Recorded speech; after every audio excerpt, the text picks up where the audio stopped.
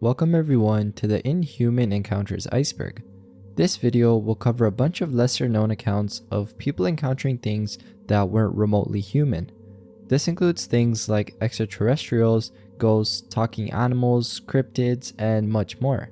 And I took the time to make this iceberg myself and made sure the cases were all super obscure and unknown. So if you guys like that sort of stuff, make sure to like and subscribe. It helps the channel out. Anyways, let's get straight into video now with the first entry. And just before we begin, a quick word from our first ever sponsor, Aura. Ever since I started living more of my life online, there's always been this worry in the back of my mind, being, is my personal data really safe?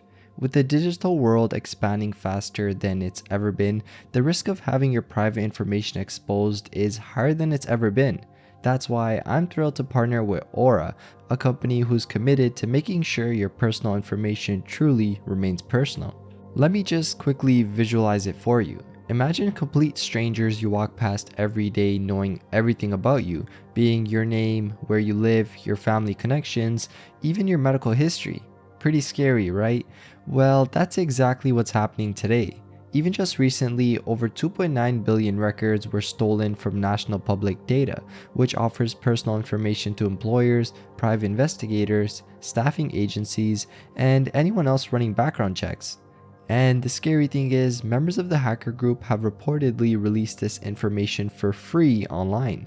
When I personally first joined Aura, they uncovered that 18 data brokers had their hands on my personal data. Now, in a short time span, that number's climbed to 30, which is absolutely terrifying. But here's the good news, and why I personally love Aura. Aura is like your personal data bodyguard. They're out there 24/7 submitting opt-out requests to get your info off those lists and help protect you so that you can live worry-free.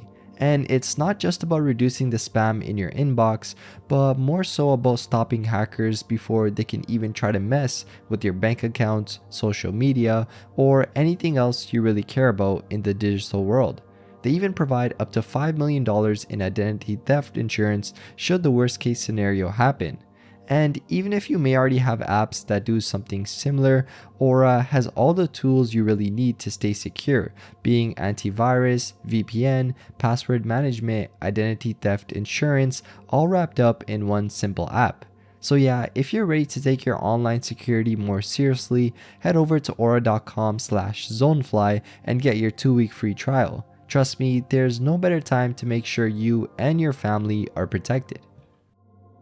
From outer space to County Limerick. On December 26, 2001, Jerry Battles was walking home after spending some time with friends at the Seven Sisters pub in the village of Kildimo. It was around 8 p.m. and Jerry was making his way back to his house in Pelesconry. The night was crisp and clear, with frost gently covering the landscape. Jerry decided to stop for a moment to gaze at the stars. The night sky was so bright that it seemed one could read by the light of the stars alone. As he admired the view though, his attention was suddenly drawn to a bright white light emanating from the other end of the small country lane he was walking down. The light was intense and seemed almost surgical in its precision. Jerry then felt an overwhelming sense of curiosity and unease. The next thing he knew, he was no longer on the country lane. He found himself aboard what appeared to be a spacecraft, and around him were about 40 other humans, all standing in a subdued, statue-like state. The people were of various ages and stood shoulder to shoulder like mannequins. Jerry realized he was also paralyzed, only able to move his eyes, and next to him stood a man wearing a coat and hat reminiscent of the style worn by the television character Columbo. Jerry's next conscious memory was floating into a larger chamber with a 360-degree viewing deck. In this room stood an inhuman entity, which Jerry identified as an extraterrestrial. The being had an oversized, cone-shaped head and large reflective black eyes. Jerry couldn't discern if the creature had arms or legs though, and the encounter felt surreal, almost dreamlike. The extraterrestrial communicated with Jerry through telepathy, expressing curiosity about why he wasn't terrified like the others. Jerry responded by asking if he should be afraid. The alien's reply wasn't really clear though, but the implication seemed to be that Jerry had nothing to fear. The extraterrestrial then asked Jerry what he would like to see. Jerry instantly requested to see the North Pole, and the alien then gave a command, and in an instant they traveled to the North Pole. Jerry described the experience as feeling like driving through a snowstorm at incredible speed. As they traveled, the extraterrestrial delivered a message to Jerry. The message was dire, warning that in 850 years, a giant asteroid the size of a monster would obliterate Earth. The alien explained that their species was 4 million light years more advanced than humans and had been observing Earth for millennia. According to the alien, humans had excelled only in global warfare and lying to one another. The message concluded with a reference to the Force, urging Jerry to harness it. The extraterrestrial also warned of an impending global financial crisis and stated that if humanity didn't change its ways, it would face extinction like the dinosaurs. After delivering this message, Jerry's memory of the event became hazy. He had no idea how long he had been on the spacecraft or what had transpired in detail. It wasn't until a contractor working at the regional hospital found Jerry's coat on the hospital roof weeks later that he began to recall the incident. The coat's discovery triggered his memories of the abduction. Jerry decided to come forward with his story nearly 15 years later in February 2016. He shared his experience with the Limerick Post newspaper, hoping to convey the importance of the message he had received. Jerry, a retired carpenter and grandfather, insisted that his account was true. He described himself as a quiet-natured gentleman and dismissed any skeptics who doubted his story. Jerry believed that the extraterrestrial message was crucial for humanity to hear, emphasizing that people needed to open their minds to the truth. In addition to recounting his abduction though, Jerry speculated that the aliens used dark matter or dark energy as a cloaking device to keep their universe hidden from ours. He hoped that his story would one day reach the scientific community and help uncover these hidden galaxies. Despite the skepticism he faced though, Jerry remained certain about the authenticity of his experience. He expressed a sense of duty to share the message, even if it meant being ridiculed or misunderstood. Creature from the Maldives lagoon. One night in 1998, Ibrahim Ismail and his friends were out fishing in a lagoon in Maldives. The night was chilly, but the group stayed out for a long time, enjoying their activity. At some point during their expedition, they noticed a figure in the distance, which they initially assumed was another person. However, as it moved closer, they quickly realized that this was not no human.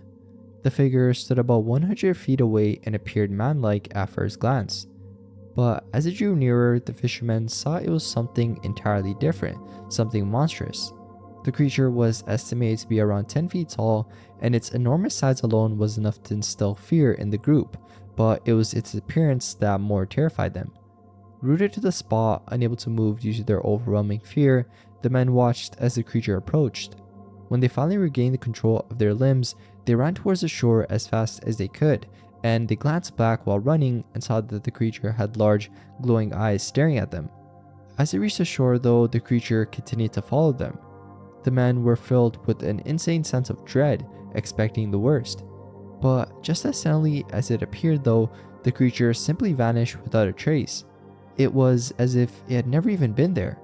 The group speculated that perhaps it couldn't cross the threshold of the beach, but they had no way of knowing for sure. They were just relieved that it was gone.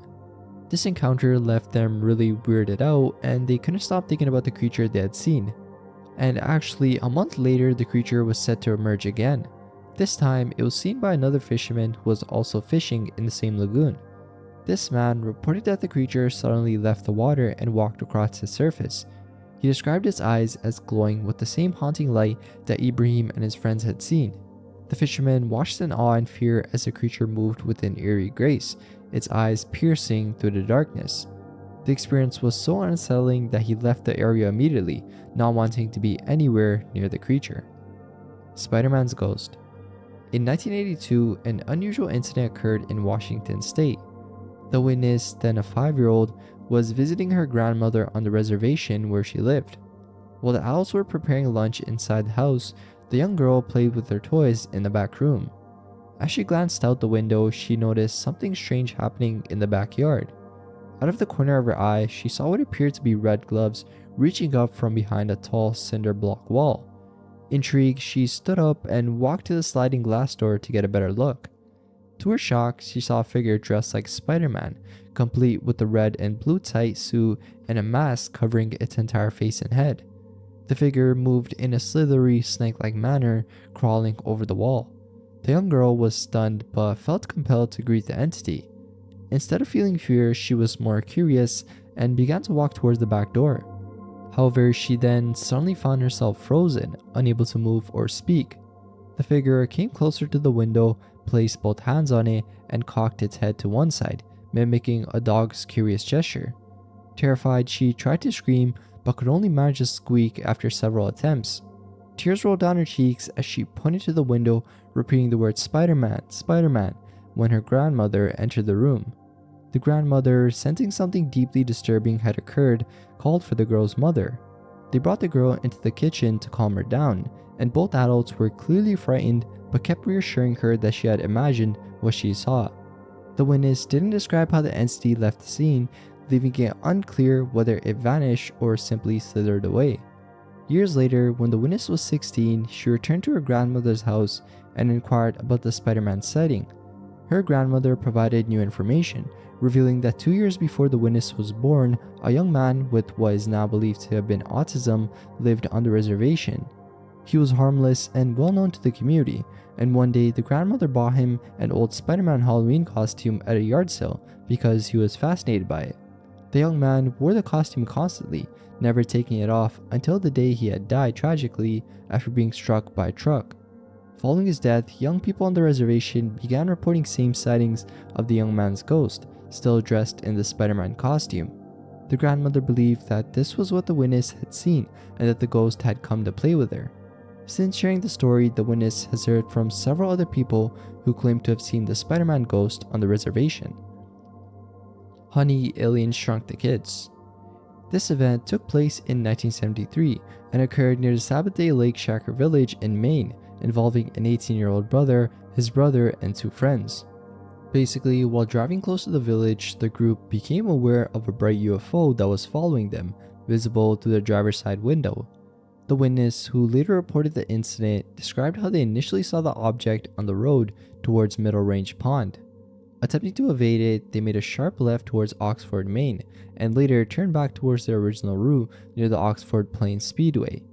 And as they approached an apple orchard by the intersection of Route 26 Outlet Road and Quarry Road, they noticed the environment around them had changed dramatically.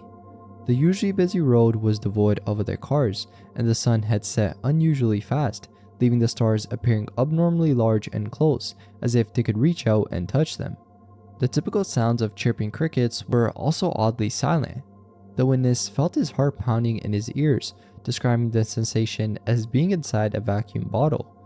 The UFO then reappeared, hovering above a lone tree in the orchard, lighting up orange and remaining completely silent. The 4 witnesses sat in the car, staring at the mysterious object for what felt like an hour. Eventually, they decided to return home, but the witness noted that daylight seemed to come much too soon. He suggested that they go to the police department to report the occurrence, but they experienced even stranger events before actually reaching their destination. The narrative sort of becomes unclear at this point since the witness promised to provide more details later, but seemingly never did. However, he described the bizarre psychological effects he and his brother experienced following the encounter. He reported that they'd been abducted and released a day later, a claim supported by the unusual symptoms they had developed. The witness sought medical attention due to a nosebleed, deep orange whites of his eyes, and aching lungs.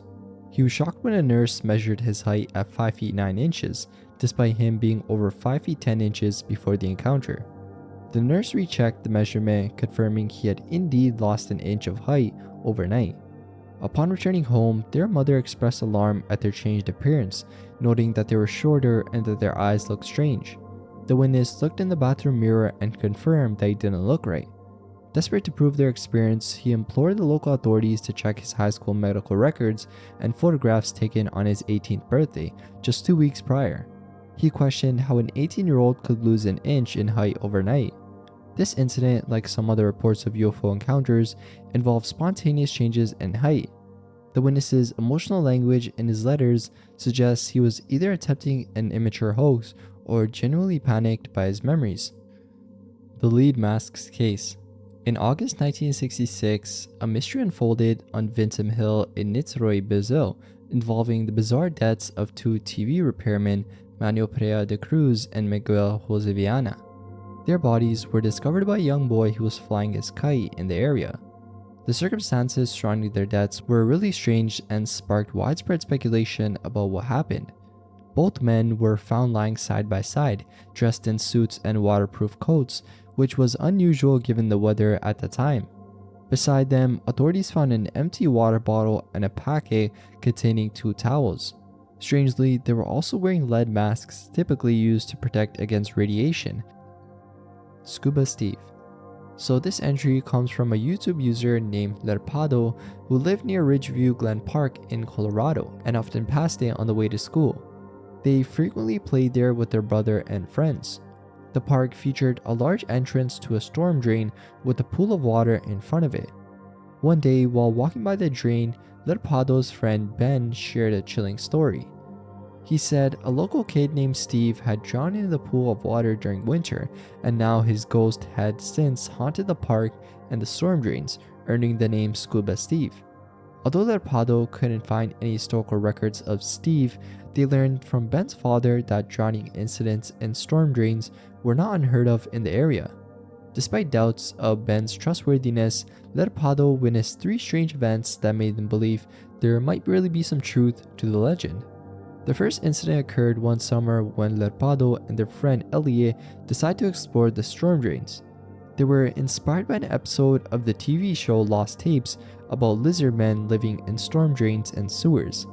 As they wandered through the dark tunnels though, they suddenly saw what looked like the silhouette of a person. As they moved closer, the figure started running towards them. Terrified, they quickly fled the drains, convinced they had encountered something paranormal. The second strange occurrence took place when Lerpado and Elliot were again planning to explore the drain tunnels. They found the water too deep to enter, so they entertained themselves by throwing rocks in the water and mocking Scuba Steve. Suddenly though, the water started splashing violently. They paused, thinking it might be caused by a rock they had thrown, but the thrashing continued as if an invisible being was splashing around in the water. This unnerving event made them run away in fear once more. And the third anomaly happened during Ben's birthday party. Lerpado, their brother, Ben, and a friend named Preston begged Ben's parents to let them hunt for Scuba Steve. Initially, Ben's parents refused, citing the late hour, but they eventually gave in. The group then went to a park and saw another kid there. Lerpado recalled that the child was very skinny with dirty blonde hair, illuminated by a nearby streetlight. They played with the blonde kid for a while, forgetting about their search for Scuba Steve. Eventually, the kid said he needed to go home, and instead of walking down the sidewalk, he walked into the field and disappeared into the storm drain. Lerpado believes this might have been the only time they witnessed the legendary Scuba Steve. Lerpado also mentions that their friends told similar stories about the area, but they didn't include these accounts due to doubts about their credibility. However, they noted that the local wildlife behaved unusually, particularly the foxes, which are aggressive and sometimes chase people, leading them to wonder if ghosts could affect animal behavior.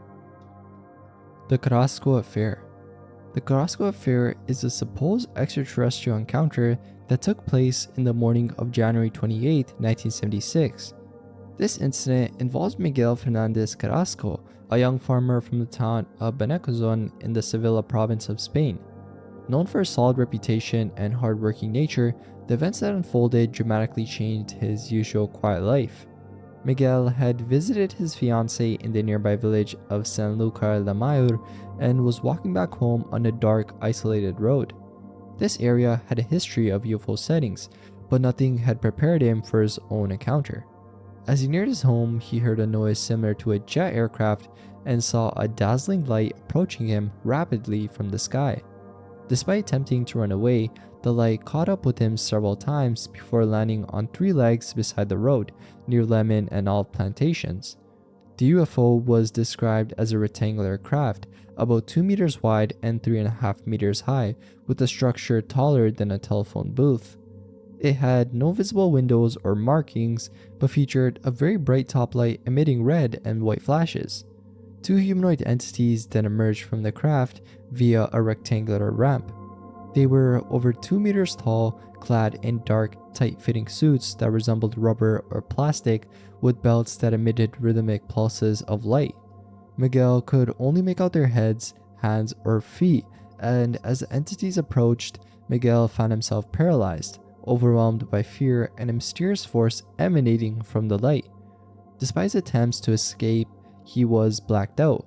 When he regained consciousness, he was standing at his family home's doorstep, screaming for help, a kilometer away from where he last remembered being.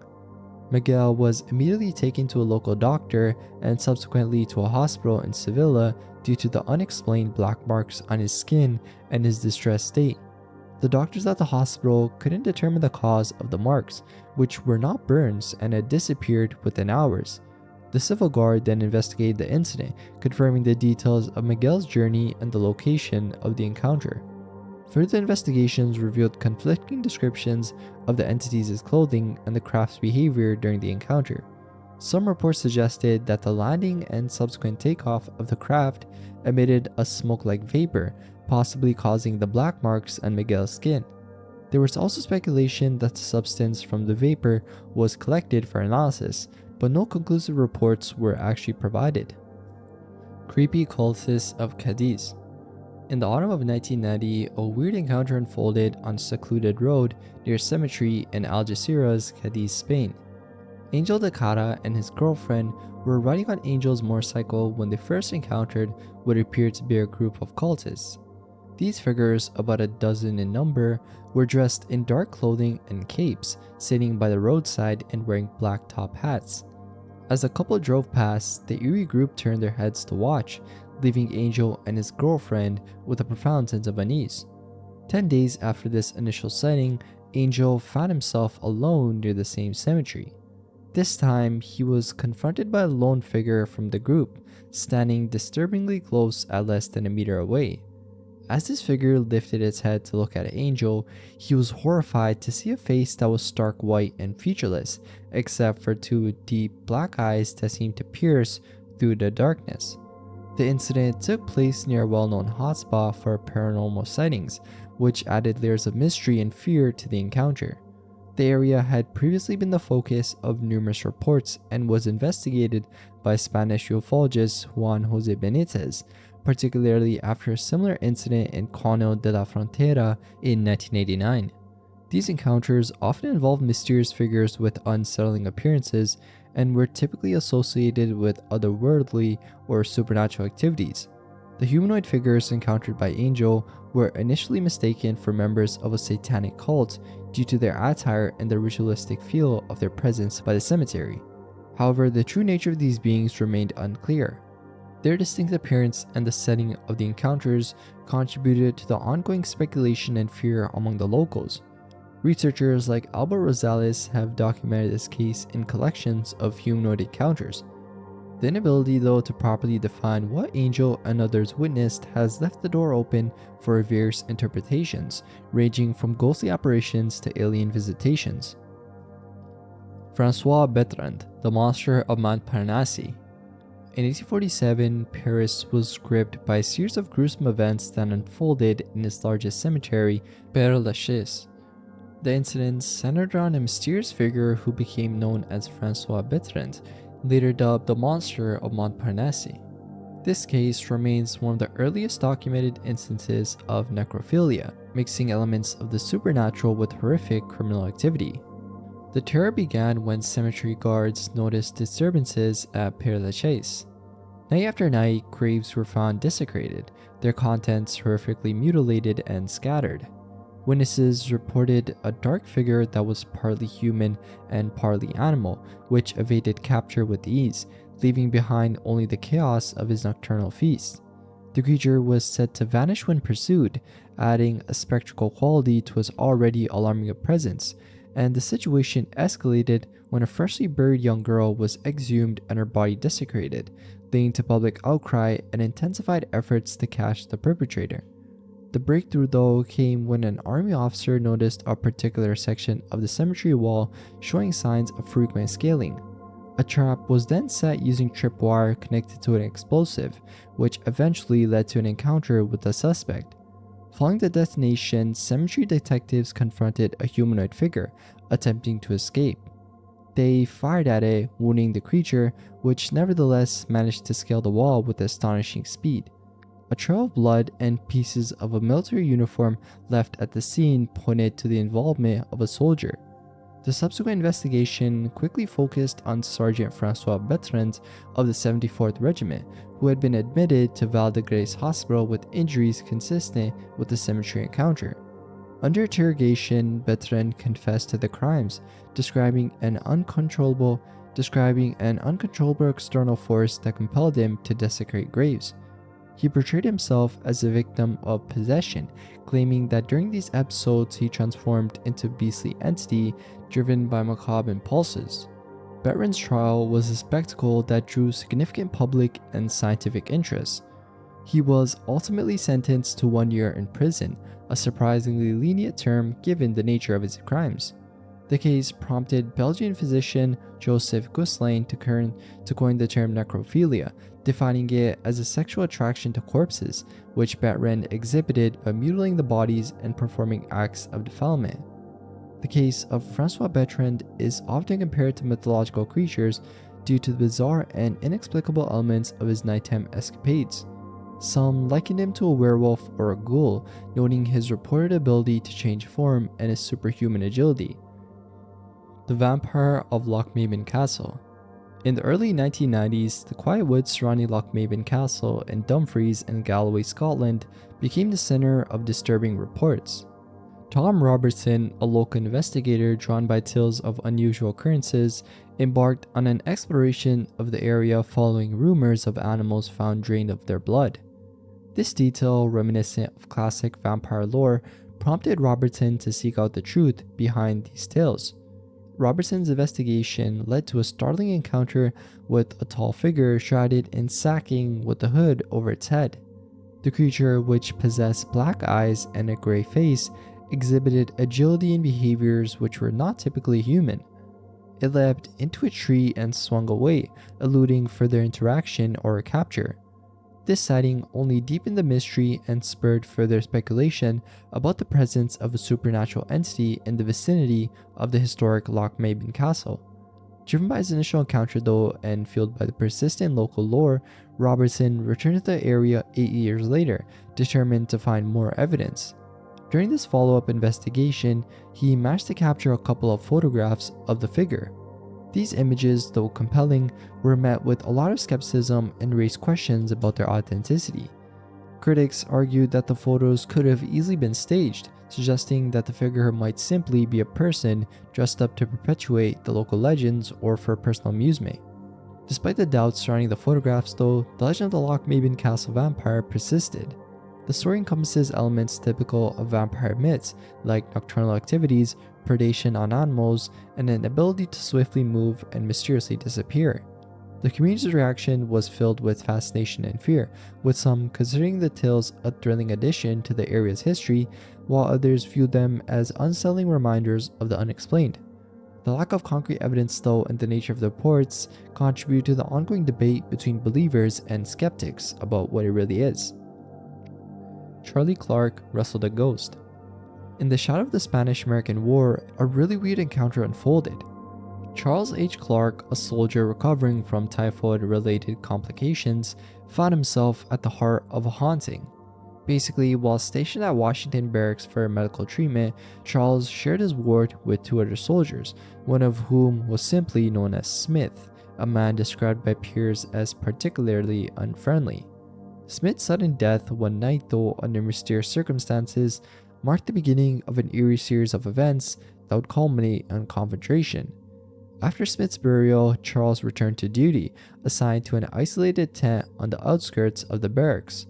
It was during one of his routine trips to fetch coal on a bitterly cold January night that he experienced a surge of terror.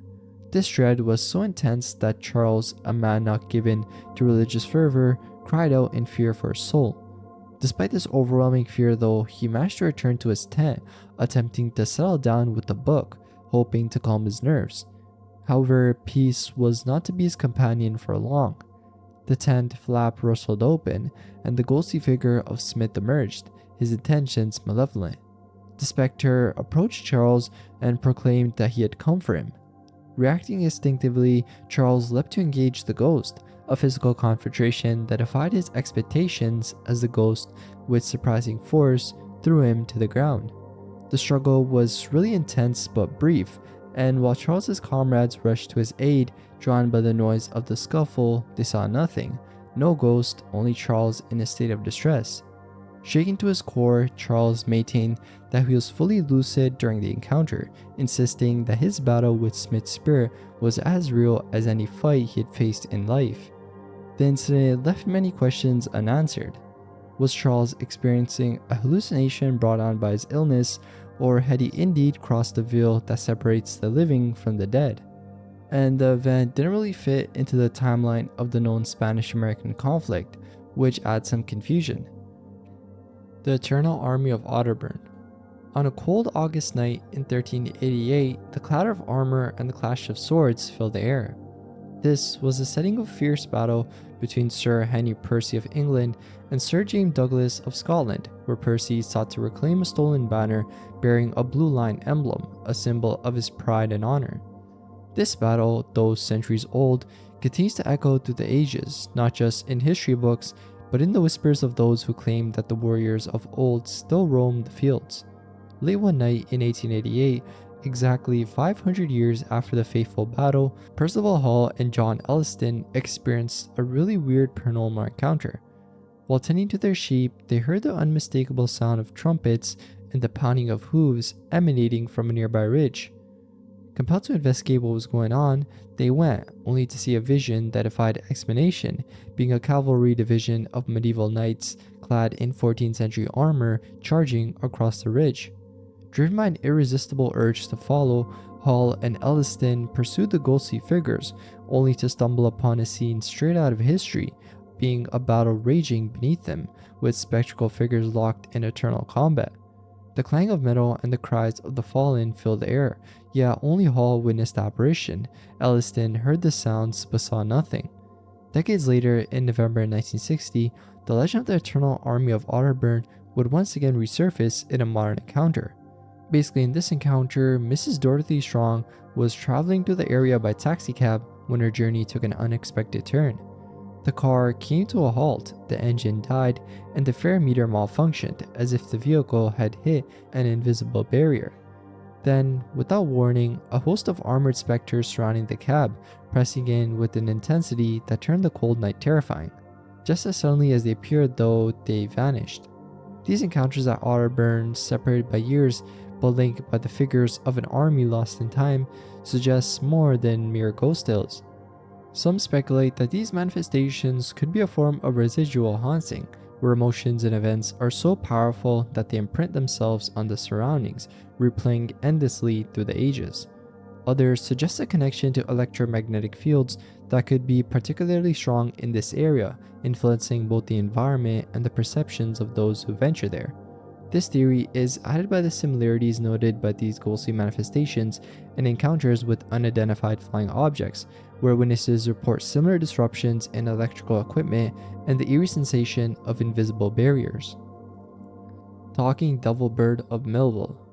On January 21, 1909, in Millville, New Jersey, Dan Polsek, a local resident, was completing chores in his backyard when he heard an unexpected visitor, being a creature reportedly standing 18 feet tall and resembling a monstrous bird, which not only spoke in perfect English but also asked for directions to the garbage can. The creature's appearance was overall really unsettling, with the sacking material draped over it and a hood covering its head. Its eyes were black and its face was gray. As Polsek tried to retrieve what the creature had asked for, it suddenly grabbed him. In a panic, Polsek fought back with the hatchet he had on his belt, striking the creature repeatedly. To his astonishment, splinters flew from the creature's body with each hit, suggesting it was made from some wood-like material. During the struggle, the creature whispered into Polsek's ear before he delivered a final blow to its face, causing an eyeball to fall out. The creature then inflated its body like a balloon and floated away, disappearing into the night sky. The story of the whole encounter was then reported by the Osbury Park Evening Press the following day. The article described how this monster beast bird had not only interacted with Polsek, but had also exhibited characteristics that seemed both supernatural and mechanical. The mention of the creature speaking and its body reacting to physical damage in such an unusual way led to widespread speculation about mass hysteria or a misinterpretation of a more mundane event, possibly influenced by the cultural context of the time. And further deepening the mystery, this event also coincided with the series of sightings across the American Northeast during the same period. Reports from neighboring states describe similarly fantastical creatures, ranging from fire-breathing dragons to unicorn-horned beings, suggesting a wave of hysteria or surge in folklore-inspired hoaxes. Mystery of the Mirreeula. In 1939, as the shadow of the Second World War was spreading, an encounter unfolded on the waters of the Hawkesbury River in New South Wales, Australia. Doug Bradbury, accompanied by a friend, was rowing quietly when the surface erupted, revealing a really weird creature. This event marked the first recorded sighting of what would become known as the Hawkesbury River Monster, often referred to by the local Aboriginal name mirreeula. The creature described by Bradbury was a mysterious behemoth, estimated to be around 15 meters in length.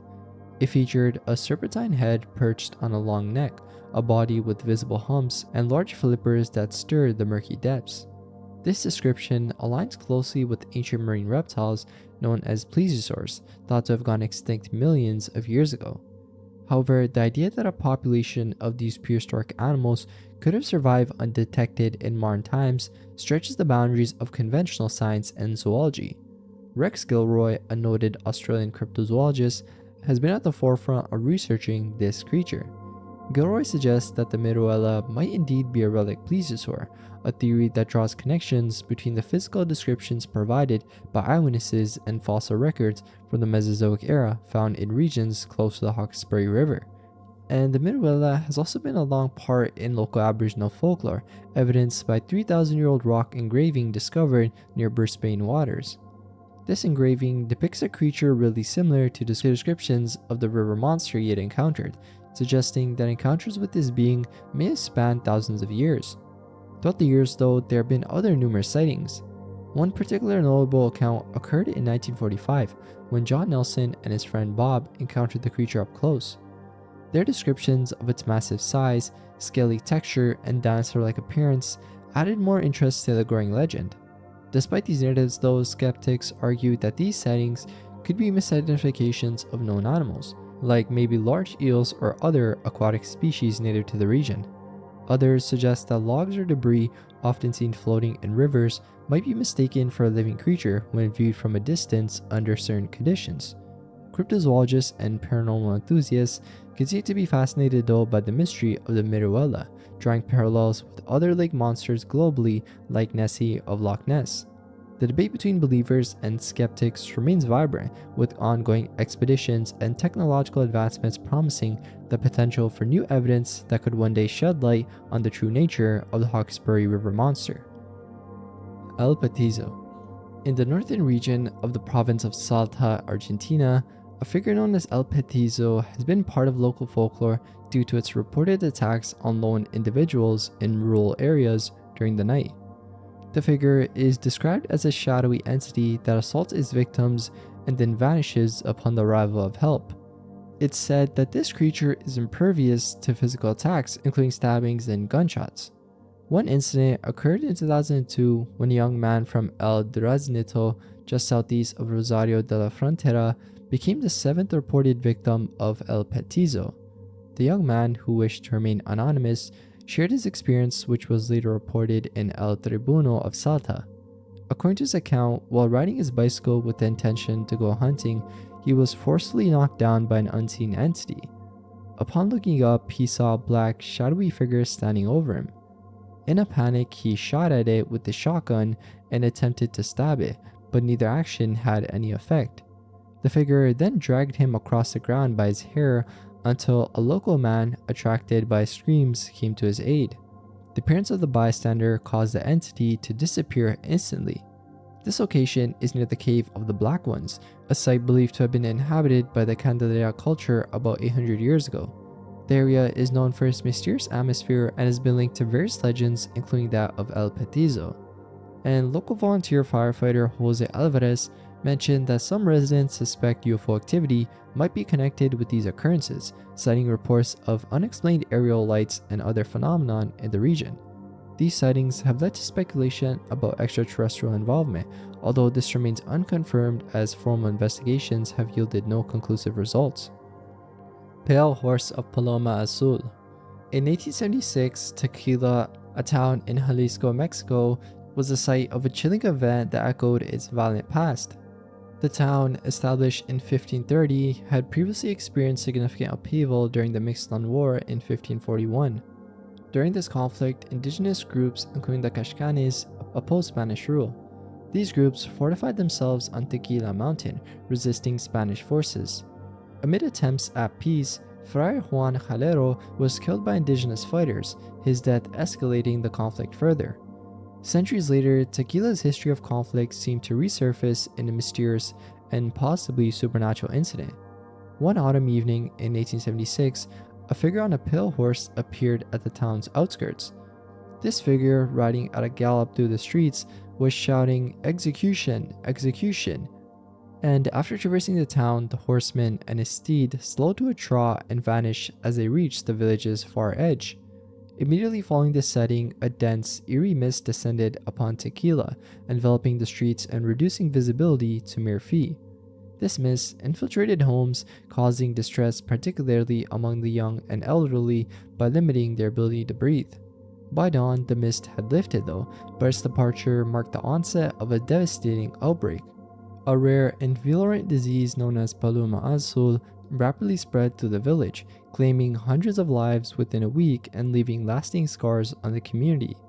The identity of the horseman and the origins of the subsequent disease, though, remain unknown. Some speculate that this event was a form of retribution for past grievances, possibly linked to the historical mistreatment of indigenous peoples or the violent death of Friar Juan Calero. Others suggest the ancient deities might have exacted revenge for the desecration of their lands. This event Tequila is reminiscent of plague bearer myths found worldwide though, where spectral figures are believed to herald or directly cause outbreaks of disease. These figures often appear during times of sickness and are thought to manipulate diseases to punish or cleanse communities. The Pale Horseman of Tequila fits this archetype, drawing parallels to historical accounts of entities like the Grim Reaper or other harbingers of doom that emerged during periods of significant illness, like the Black Death.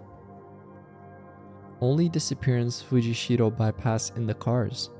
On November 19, 1963, an incident unfolded on the Fujishiro bypass in Ryugasaki City, Ibaraki Prefecture, Japan. The central figures in this event were the branch manager of the Fuji Bank Katsushika branch, his deputy manager, and a significant client. Their morning journey for a leisurely game of golf, though, took an unexpected turn into the realm of the unexplained. As they drove along the seemingly mundane route, their attention was captured by a black Toyota New Crown sedan with a Tokyo number plate.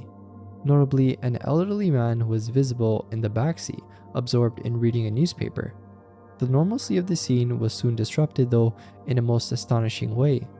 As they passed Matsuda City and continued on the Fujishiro bypass, a weird smoke began emanating from the black car, which was about 150 meters ahead. In mere seconds, the vehicle that had been in plain sight vanished without a trace. The road ahead was straight, the visibility clear under the morning sun, leaving no room for logical explanations like sudden turns or hidden exits. The three men, witnesses to this phenomenon, were left in shock, unable to rationalize the sight of a car disappearing into thin air, accompanied by a cloud of smoke. And the account of this mysterious occurrence first surfaced in the March 4th, 1964 edition of the Mainichi newspaper, featured not as a news report but within a section known for its lighter or anecdotal content. This initial reporting did not specify the date of the event, which was later detailed in a 1976 book that added further narrative elements, like a specific date and additional context involving a wood patch on the road at the site of the disappearance, suggesting a supernatural intervention. Skeptics and believers alike have proposed various theories though over the years. One suggestion is that the episode was a collective hallucination or a misperception under the influence of the monotonous drive. Others speculate about the possibility of an elaborate hoax involving a stolen car, given the high value and desirability of the Toyota New Crown during that era. The mention of an injured man left behind in some version of the story also had some layers of interest, suggesting possible stage distractions or other deceptive tactics. Despite extensive discussions and the lure of a mystery, no concrete evidence has ever surfaced to validate the incident.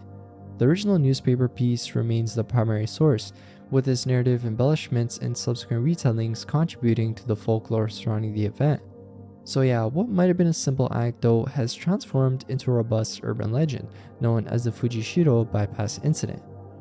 Nancy Evans Bush escaped the Matrix. Nancy Evans Bush's story falls within the realm of near-death experiences, or otherwise known as NDEs. Unlike the typical NDE stories that paint pictures of peaceful transitions and heavenly visions, her experience dives into more darker and unsettling narratives. This account stands as a profound anomaly and challenges the common perceptions of life after death and the nature of reality itself. It was during the mid to late 20th century, around 1962, when Nancy, undergoing intense labor pains with her second child, found herself thrust unexpectedly into a dimension that was as bewildering as it was terrifying. Initially experiencing the sensation of soul-body separation that many report in NDEs, Nancy's journey took a stark turn as she ascended into an immeasurable void that was devoid of light or life. In this vast blackness, Nancy encountered entities that were unlike anything familiar or comforting. These beings, which appeared as circular forms flickering between white and black hues, exuded an aura of authority and malice without explicitly being evil.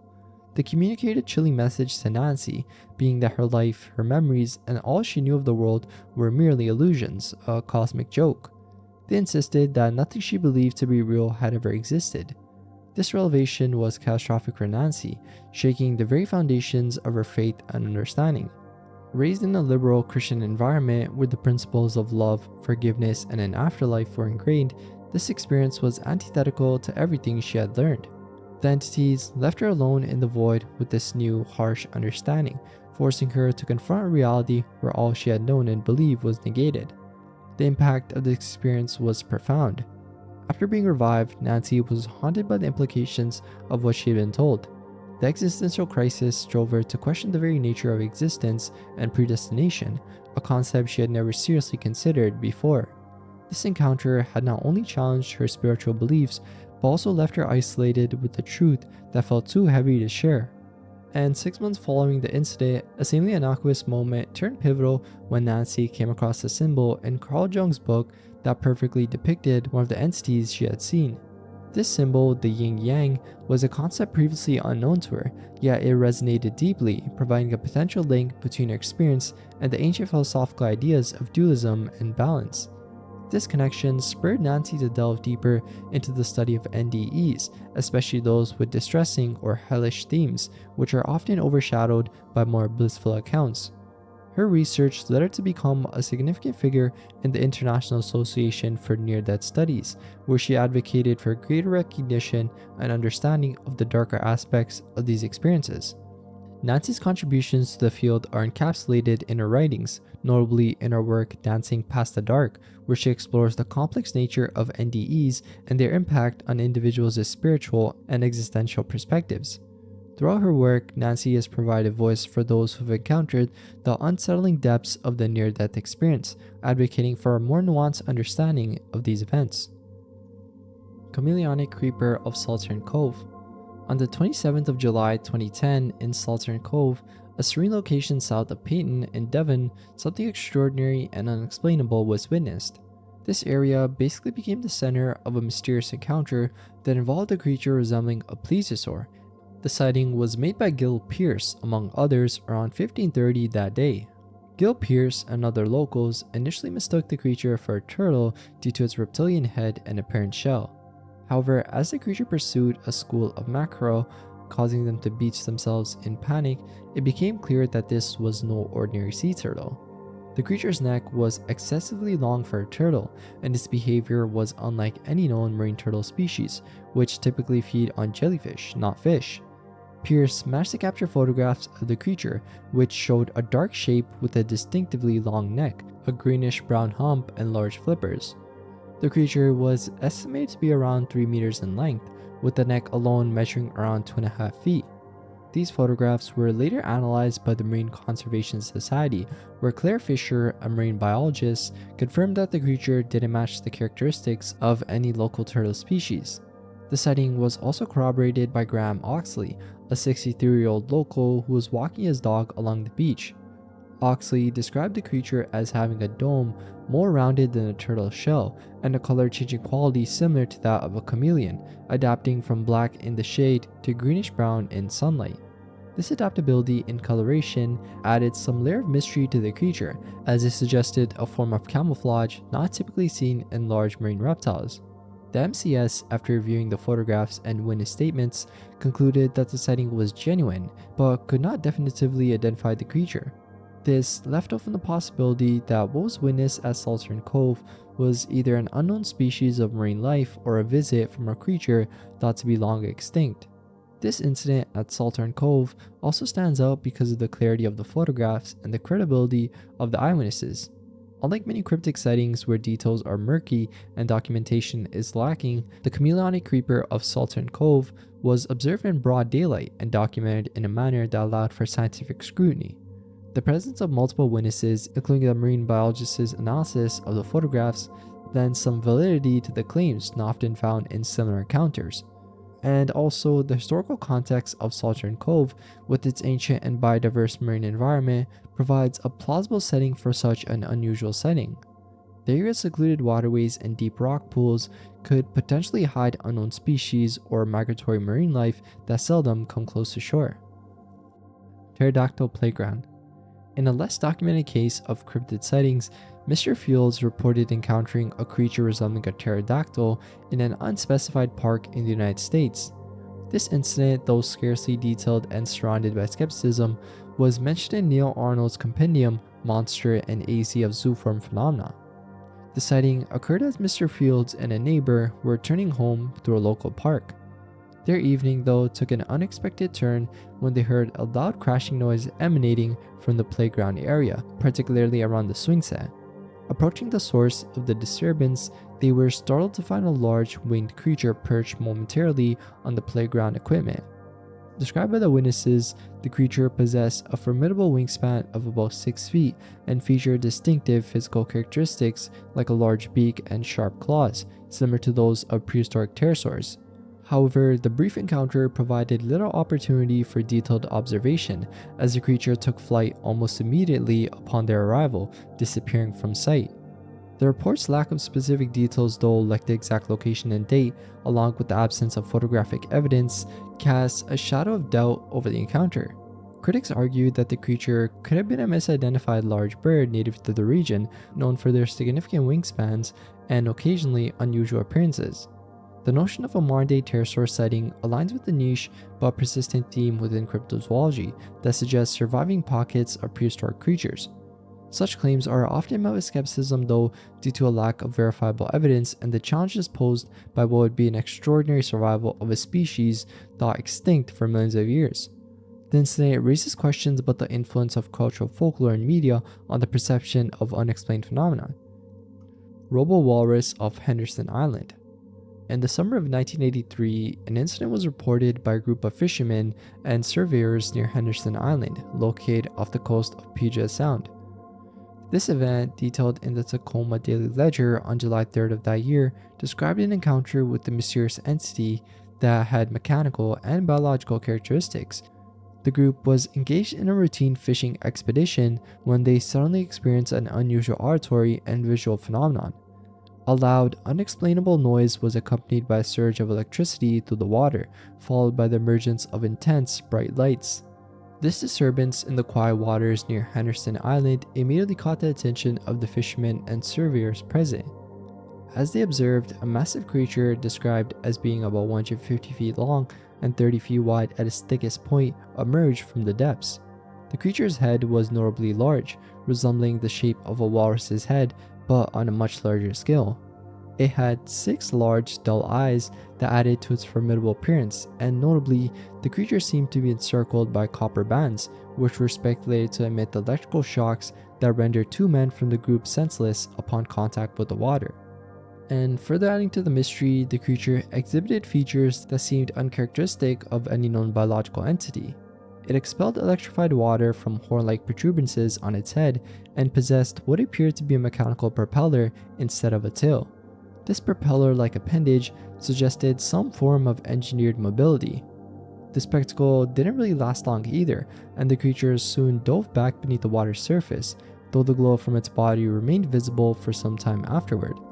This led to intense speculation among the witnesses and later among those who had studied the accounts of the incident.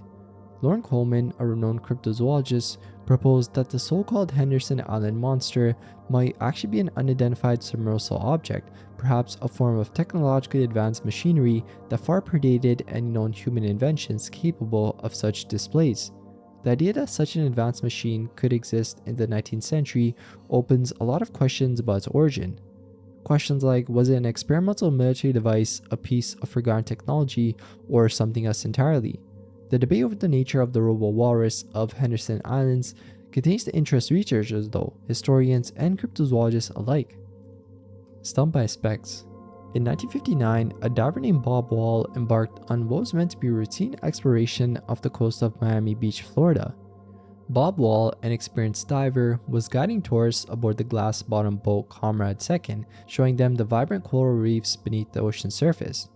During this tour, Wall spotted the sea cave that piqued his curiosity. With the tourists safely observing from the boat, Wall decided to investigate the cave's contents, expecting perhaps to find a rich variety of marine life or unusual geological formations. Upon entering the dark, shadowy expanse of the cave though, Wall was confronted by a really weird creature that seemed from prehistoric times or from the pages of a science fiction novel. The creature he described was unlike any typical marine life observed in the region. It possessed a cylindrical body about 5.5 meters in length, supported by 8 long hairy legs, each extending about 3 feet. And it also featured a pointed head with short antennae and notably large stalked eyes that had brown spots, each about 2 inches in diameter, which earned the creature the nickname Specs. The encounter then took a turn though as Specs began to advance toward Wall. Feeling threatened by the creature's approach, Wall made the decision to retreat.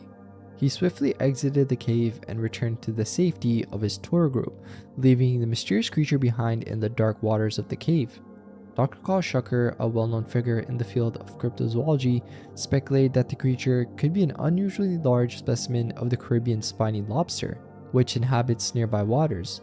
However, the size described by Wall was significantly larger than typical for this species, which rarely exceeds 2 feet in length. Alternative theories proposed that the creature might be related to the Japanese spider crab, the only known crustacean to reach the lengths described, but this species is native to waters far from Florida, near Japan.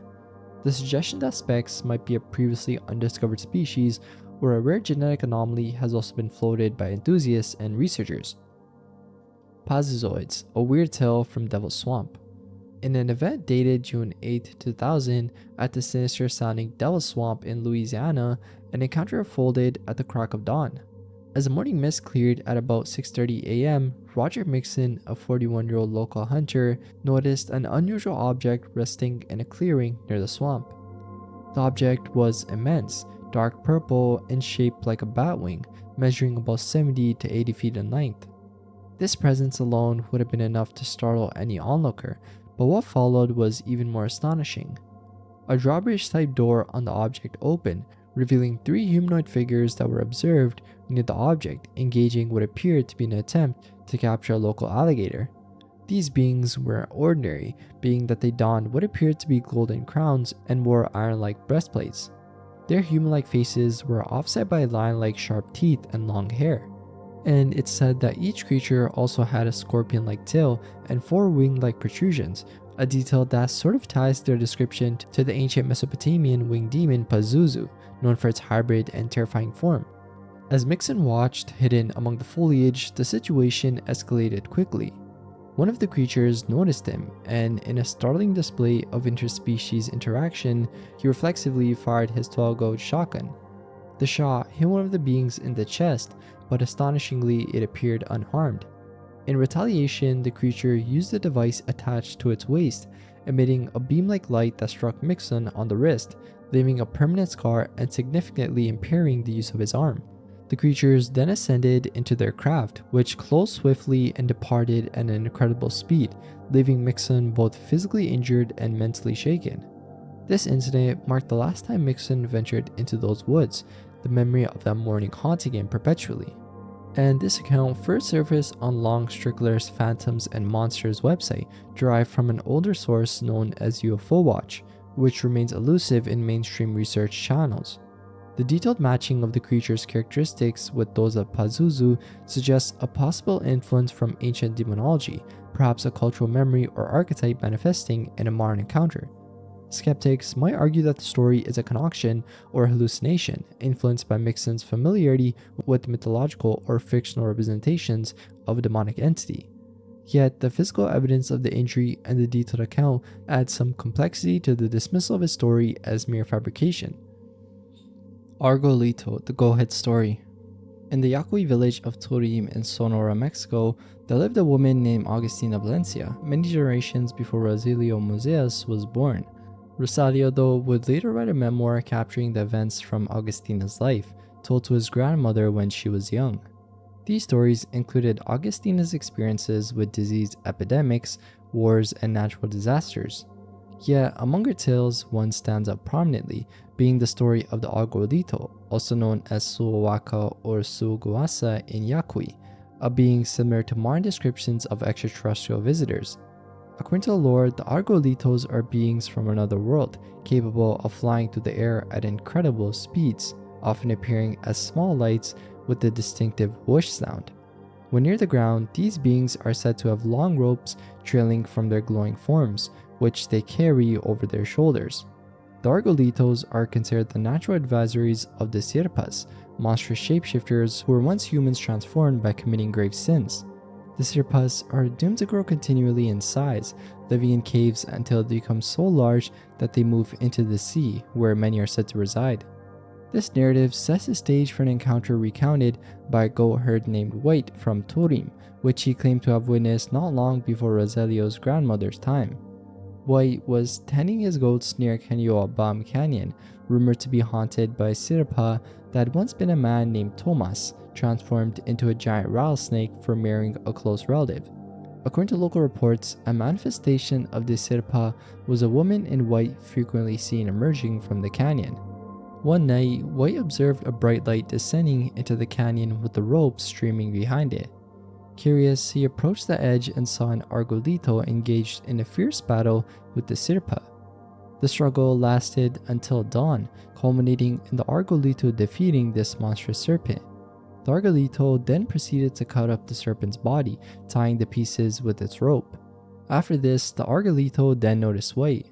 It approached him and offered to take him to its home world. White, perhaps recklessly, agreed and found himself transported across the cosmos to another planet. There, he was imprisoned alone for 3 days, during which he overheard the argolito's children inquiring if they could eat him. The argolito explained that White was the son-in-law of the rain, a phrase suggesting some significant, albeit cryptid, status. After 3 days, White was returned to Earth, left on a hill north of Turim. He made his way back to the village and recounted his experience, which Rosalio Museas' grandmother later confirmed as true. Dancing with witches. Mexico, known for its vast and dusty landscapes, an encounter unfolded that locals still recount with a mix of disbelief and fear. The event involved 2 young women, Steve and Andrew, who were cousins commonly known for their lively spirits and fondness for local gatherings. On this particular night, they were en route to a distant ranch to attend a party, a journey they embarked upon mounted on their trusty horses, traversing the rugged dirt paths that snaked through the region. As they arrived at the party after nightfall though, they quickly noticed 2 unusually attractive women standing aloof in a corner. These women were distinctly fair-haired and light-skinned, features that were exceptionally rare for the area. The young men wasted no time and soon found themselves dancing with these enchanting strangers, enjoying several dances before deciding it was time to head back home. The return journey began uneventfully under the cover of darkness. However, about 30 minutes into their ride, a bizarre and unsettling sight had confronted them. The very same women they had left behind at the party were now inexplicably ahead of them on the same dirt road, walking in the moonlight. Confused but curious, Steve and Andrew halted their horses and approached the woman, only to watch in shock as the figures laughed briefly before vanishing into thin air right before their eyes. Shaken but compelled to investigate, Steve dismounted and called out into the darkness. In response, two large, shadowy birds emerged, their forms as dark as the night sky itself. These birds, possessing an uncanny human-like ability to speak, taunted the men, thanking them for their dance earlier that evening. Then Steve instinctively drew his gun and fired at the birds. The bullets, though, had no effect, as the birds continued to circle above, simply laughing. In a final act of defiance or perhaps desperation, one of the birds swooped down and scratched Steve's face, a minor wound that did little to deter his resolve. The creatures eventually flew away though, leaving the men bewildered and frightened. Salt Lake Fire Drake. In Utah, especially around Great Salt Lake, there's been multiple sightings of creatures that resemble pterosaurs. Among the most interesting of these accounts are tales from 1903 and 2001. In 1903, residents near Salisbury Island witnessed a massive creature that they described as a blend of fish, alligator, and a bat. And then two hunters, Martin Gilbert and John Barry, observed this creature over several days. They described it as being at ease both in the air and water, suggesting an amphibious nature. The hunters estimate the creature's length at about 50 to 65 feet, with the head resembling that of an alligator and a body covered in heavy, horny scales. The creature was also said to possess large, bat-like wings extending as wide as 100 feet from tip to tip. This creature was also reported to have carried a horse in its jaws. The hunters' detailed observations contribute to a narrative that suggested that this creature was a surviving relic of a bygone era, possibly a pterosaur, though it's important to note that their descriptions also align with depictions of dragons or other fantastical beasts. Then, in 2001, a similarly interesting account occurred when three children in Grantsville observed a large, winged creature that appeared to emit a bioluminescent glow. This sighting was thoroughly investigated by Jonathan D. Wickholm, a researcher specializing in modern pterosaur sightings. The children described the creature's glow pulsing on and off, a phenomenon that seemed to agitate local farm animals. This creature, referred to locally as the glowing pterosaur, was also linked to the ropen of Papua New Guinea, a cryptid described in similar terms. Wickholm's investigation suggested that these children had witnessed an animal not recognized by current science, possibly a living pterosaur or similarly prehistoric creature that has somehow survived in secluded environments. And these sightings are also framed by controversial petroglyph on the San Rafael swell, which some believe depicts a pterosaur. But while rock expert Fran Behrens and others have suggested this interpretation might be influenced by pareidolia, the discussion still continues. Critics argued that the petroglyph does not depict a prehistoric creature but rather a combination of more natural and recognizable features like humans or animals. Fire spirit and the fuldenses. In 858 AD, the village of Caput Monsium near Bingen am Rhein in Germany began experiencing disturbances attributed to a poltergeist. The village, located at the gateway to the mountains of the Rhine Valley, witnessed events starting with stones thrown by unseen forces and knocking sounds on the walls of homes, as if hammered. The disturbances then quickly escalated, with the entity involved engaging the villagers in conversation, revealing stolen items and sowing discord. The entity focused its malevolent attention though on one villager in particular. It followed him relentlessly, starting fires in any building he entered. This forced him to relocate to the outskirts with the family. However, the harassment didn't stop there, being that the entity set fire to his crop stack in the fields.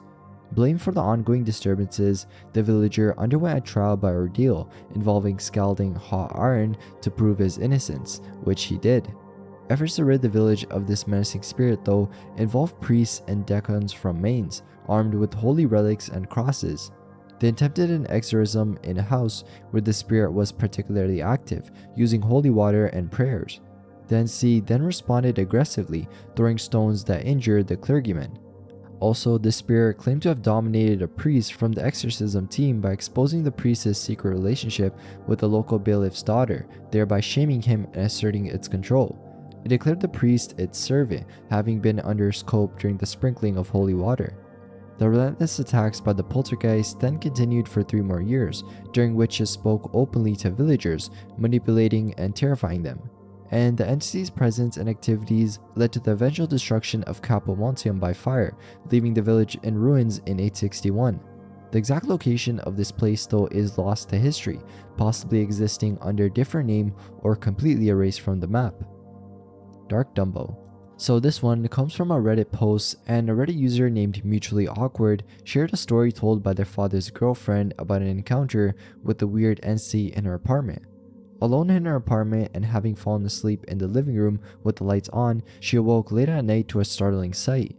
There, floating in the air, was a humanoid creature with a childlike stature but with a disproportionately large head and enormous ears, which it flapped to hover. This entity, which she referred to as Dark Dumbo due to its large ears, had a grin that paralyzed her with fear. This vision lasted only a few moments before the creature simply disappeared. Compounding her distress, she recounted other times where she experienced what felt like being choked by an unseen force during the night. These encounters suggest a possible case of sleep paralysis, which is a condition the witness is familiar with, though she insists that these experiences felt really different and more visceral than typical sleep paralysis episodes. And another plausible explanation though offered is a state of consciousness between wakefulness and sleep, where vivid hallucinations can occur. Chris's Bruja. A recent encounter in northern Donna, Texas, brought a mysterious and unsettling figure into focus. Basically, a local man named Chris was driving to his brother's house around 9 p.m. along Val Verde and Minnesota roads. As he turned east on Minnesota Road and progressed about half a mile, an unexpected sight confronted him, being a figure in rags flying alongside his driver's side window. This entity, described by Chris as a female figure with long hair and ragged flowing clothing, seemed to inspect Chris closely, her face being obscured by her hair, which fluttered in the wind. Despite her keen observation, she didn't find what or whom she was looking for in Chris's vehicle. After a tense few seconds, she simply veered away and disappeared into the night. This sighting adds to a growing number of reports involving feminine flying humanoids, especially those resembling the folklore entity known as Bruja, which is commonly associated with witchcraft in Mexican and southern US traditions. These creatures are often depicted in folklore as figures that are draped in dark, tattered robes, capable of flight, and sometimes engaged in malevolent activities. The incident on Minnesota Road also aligns with such descriptions, but leaves many questions unanswered about the intentions and origins of these beings. Questions like, is this an actual supernatural phenomenon, or merely a case of mistaken identity involving birds or other wildlife? And it might also be a collective cultural myth that took its place into public consciousness. The Agarthan's visit. In the 13th century, an event occurred involving the Turkish poet and thinker Mevlana and his wife Karahatsan in their home in Konya, Turkey. This event was documented between 1207 and 1273 and describes a really interesting visitation. Kira Hutton reported that her husband Mevlana had an unusual encounter with 6 imposing men who appeared in their house through an anomalous door that manifested on an otherwise solid wall. These men, which were described as humanoids, carried with them roses which they presented to Mevlana before initiating a prayer session. After their prayers, these figures vanished just as mysteriously as they appeared, leaving no trace behind except for the roses they had brought. Kira, who was perhaps seeking validation of this strange visit, took the roses to her gardener. The gardener, upon inspecting the flowers, identified them as rare Indian roses, which added to the mystery since they were of exotic origin. This whole encounter has led some researchers of paranormal phenomenon to speculate that the visitors might have been from Agartha, which was a legendary subterranean civilization thought to exist under the region of India. This theory suggests that these beings from Agartha are capable of interdimensional travel, appearing in our world from theirs through portals manifesting as doors. Despite this narrative though and the historical interest surrounding Mevlana, who is a revered figure, the claims of a connection to a lost civilization like Agartha are highly speculative and not supported by concrete evidence. Theories of such encounters often arise from a combination of folklore, cultural symbols, and the human propensity to find connections in unexplained phenomena. The sheep want you to come back. In the summer of 1990, Gregory Pauline and his friends experienced an unusual encounter near Edale in the Peak District. Basically, around 11:30 p.m., under the cloak of darkness, the group, armed with only a couple of torches, ventured out for a walk along the footpaths near their camping site. Their adventure led them across farm fields and towards a secluded ditch lined with high bushes, setting the stage for the experience. As they neared the ditch, the group, already jittered from trying to scare each other earlier, halted to decide who would cross first. It was at this moment they heard an unsettling noise coming from the other side of the ditch. Initially, it seemed to be just a sheep making noise, but there was something weird about the sound that made them uneasy. It appeared as though the sheep was articulating a word, although they couldn't determine what it was saying.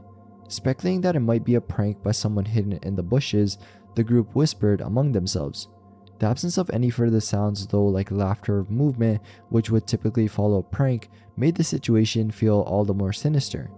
The air was charged with tension, and after a few minutes of nervous waiting, they decided to retreat, slowly walking backward and keeping their eyes fixed on the bush. Their retreat was hastened, though, when they heard the noise again. This time, it unmistakably sounded like the sheep was mockingly telling them to come back. The tone was sort of unnerving, almost as if daring them.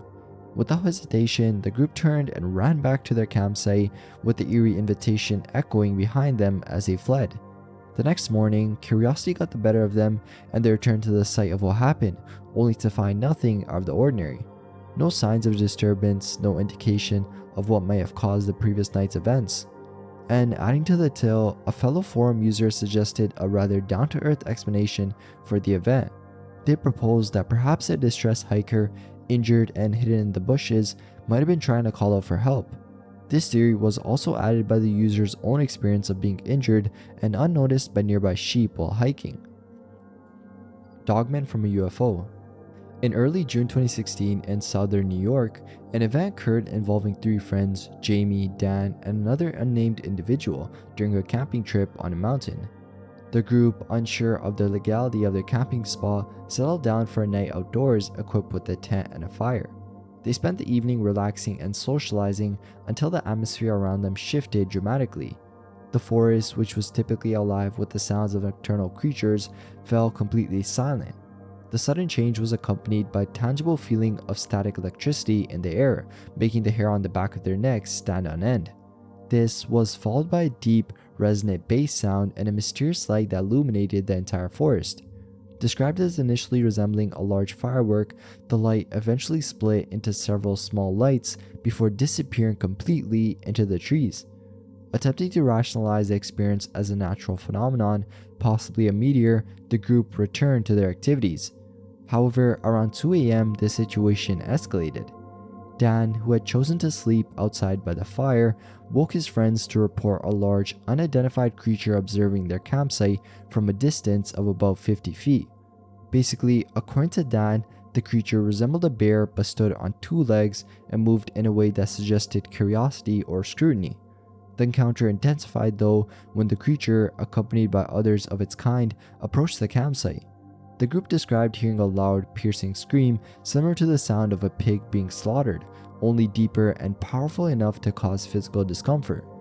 The creatures, referred to as dogmen because of their canine-like appearance, exhibited aggressive behavior, running towards the tent and interacting with the campsite infrastructure.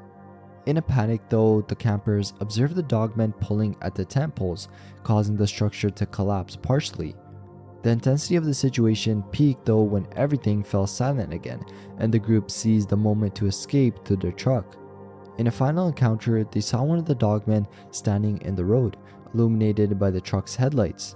Described as standing around 8 feet tall with dark gray and yellow or white fur and a not quite canine face, the creature didn't move as the truck drove towards it, forcing the driver to swerve. The group spent the remainder of the night in a nearby parking lot, too shaken to return to the site until morning. Upon their return, though, they found their campsite completely cleared of their belongings, including the tent and other equipment. Despite considering reporting the incident to local authorities, they decided against it due to the uncertain legality of their camping location. Flight of the Frighteners.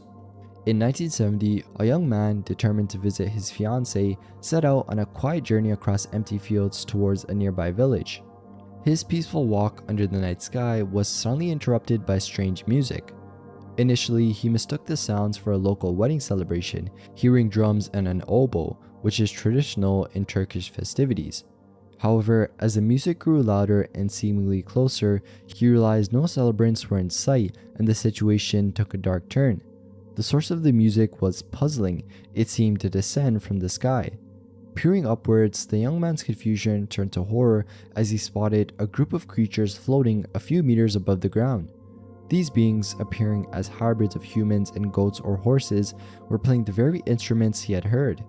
They seemed to be descending closer to the earth, and overcome with fear, he quickly hid behind nearby bushes, hoping to evade detection. He remained hidden, gripped by fear, until the creatures had disappeared. This encounter left a profound impact on him, convincing him he had witnessed jinn celebrating a festival. He shared the story with his family, asserting his sober state during the encounter, supported by his Muslim faith, which forbade intoxication. The story, passed down within his family, was later shared with paranormal author R.S. Russo, who included it in a collection of supernatural accounts. To this day, the fear and conviction in the man's eyes when he recounts his tale affirm the deep, lasting effect this experience had on him. Vampire of Pine Ridge. In 1895, Pine Ridge in Nebraska's Dawes County was covered with fear due to a series of violent incidents involving cattle and the men who tended them. Reports described a mysterious man with extraordinary strength engaging in brutal attacks. Witnesses described him using his bare hands to overpower and mutilate livestock, even drinking their blood in a manner likened to a vampire. Despite several attempts, this figure evaded capture, fueling local rumors and a supernatural entity haunting the area. Jack Lewis, a cowboy working in the region, encountered the alleged vampire while on an evening away from his group. He was enjoying the solitude when he was suddenly attacked. The assailant, described as frothing at the mouth, aggressively assaulted Lewis, focusing on his neck in an attempt to choke him. In desperation, though, Lewis managed to fire his gun, although it was unclear if the shots had actually hit the attacker. The gunfire then alerted his companions, who rushed to his aid, causing the creature to flee into the night. Despite their efforts, though, the vampire disappeared without a trace after this encounter. The incident left Lewis with severe injuries to his face and neck, but he didn't exhibit any symptoms of the same affliction that seemed to possess his attacker, suggesting a unique encounter rather than a transmittable condition. The community was left to wonder if the vampire succumbed to injuries sustained during the confrontation or simply returned to the shadows from where it came. The Changeling Child of New Jersey.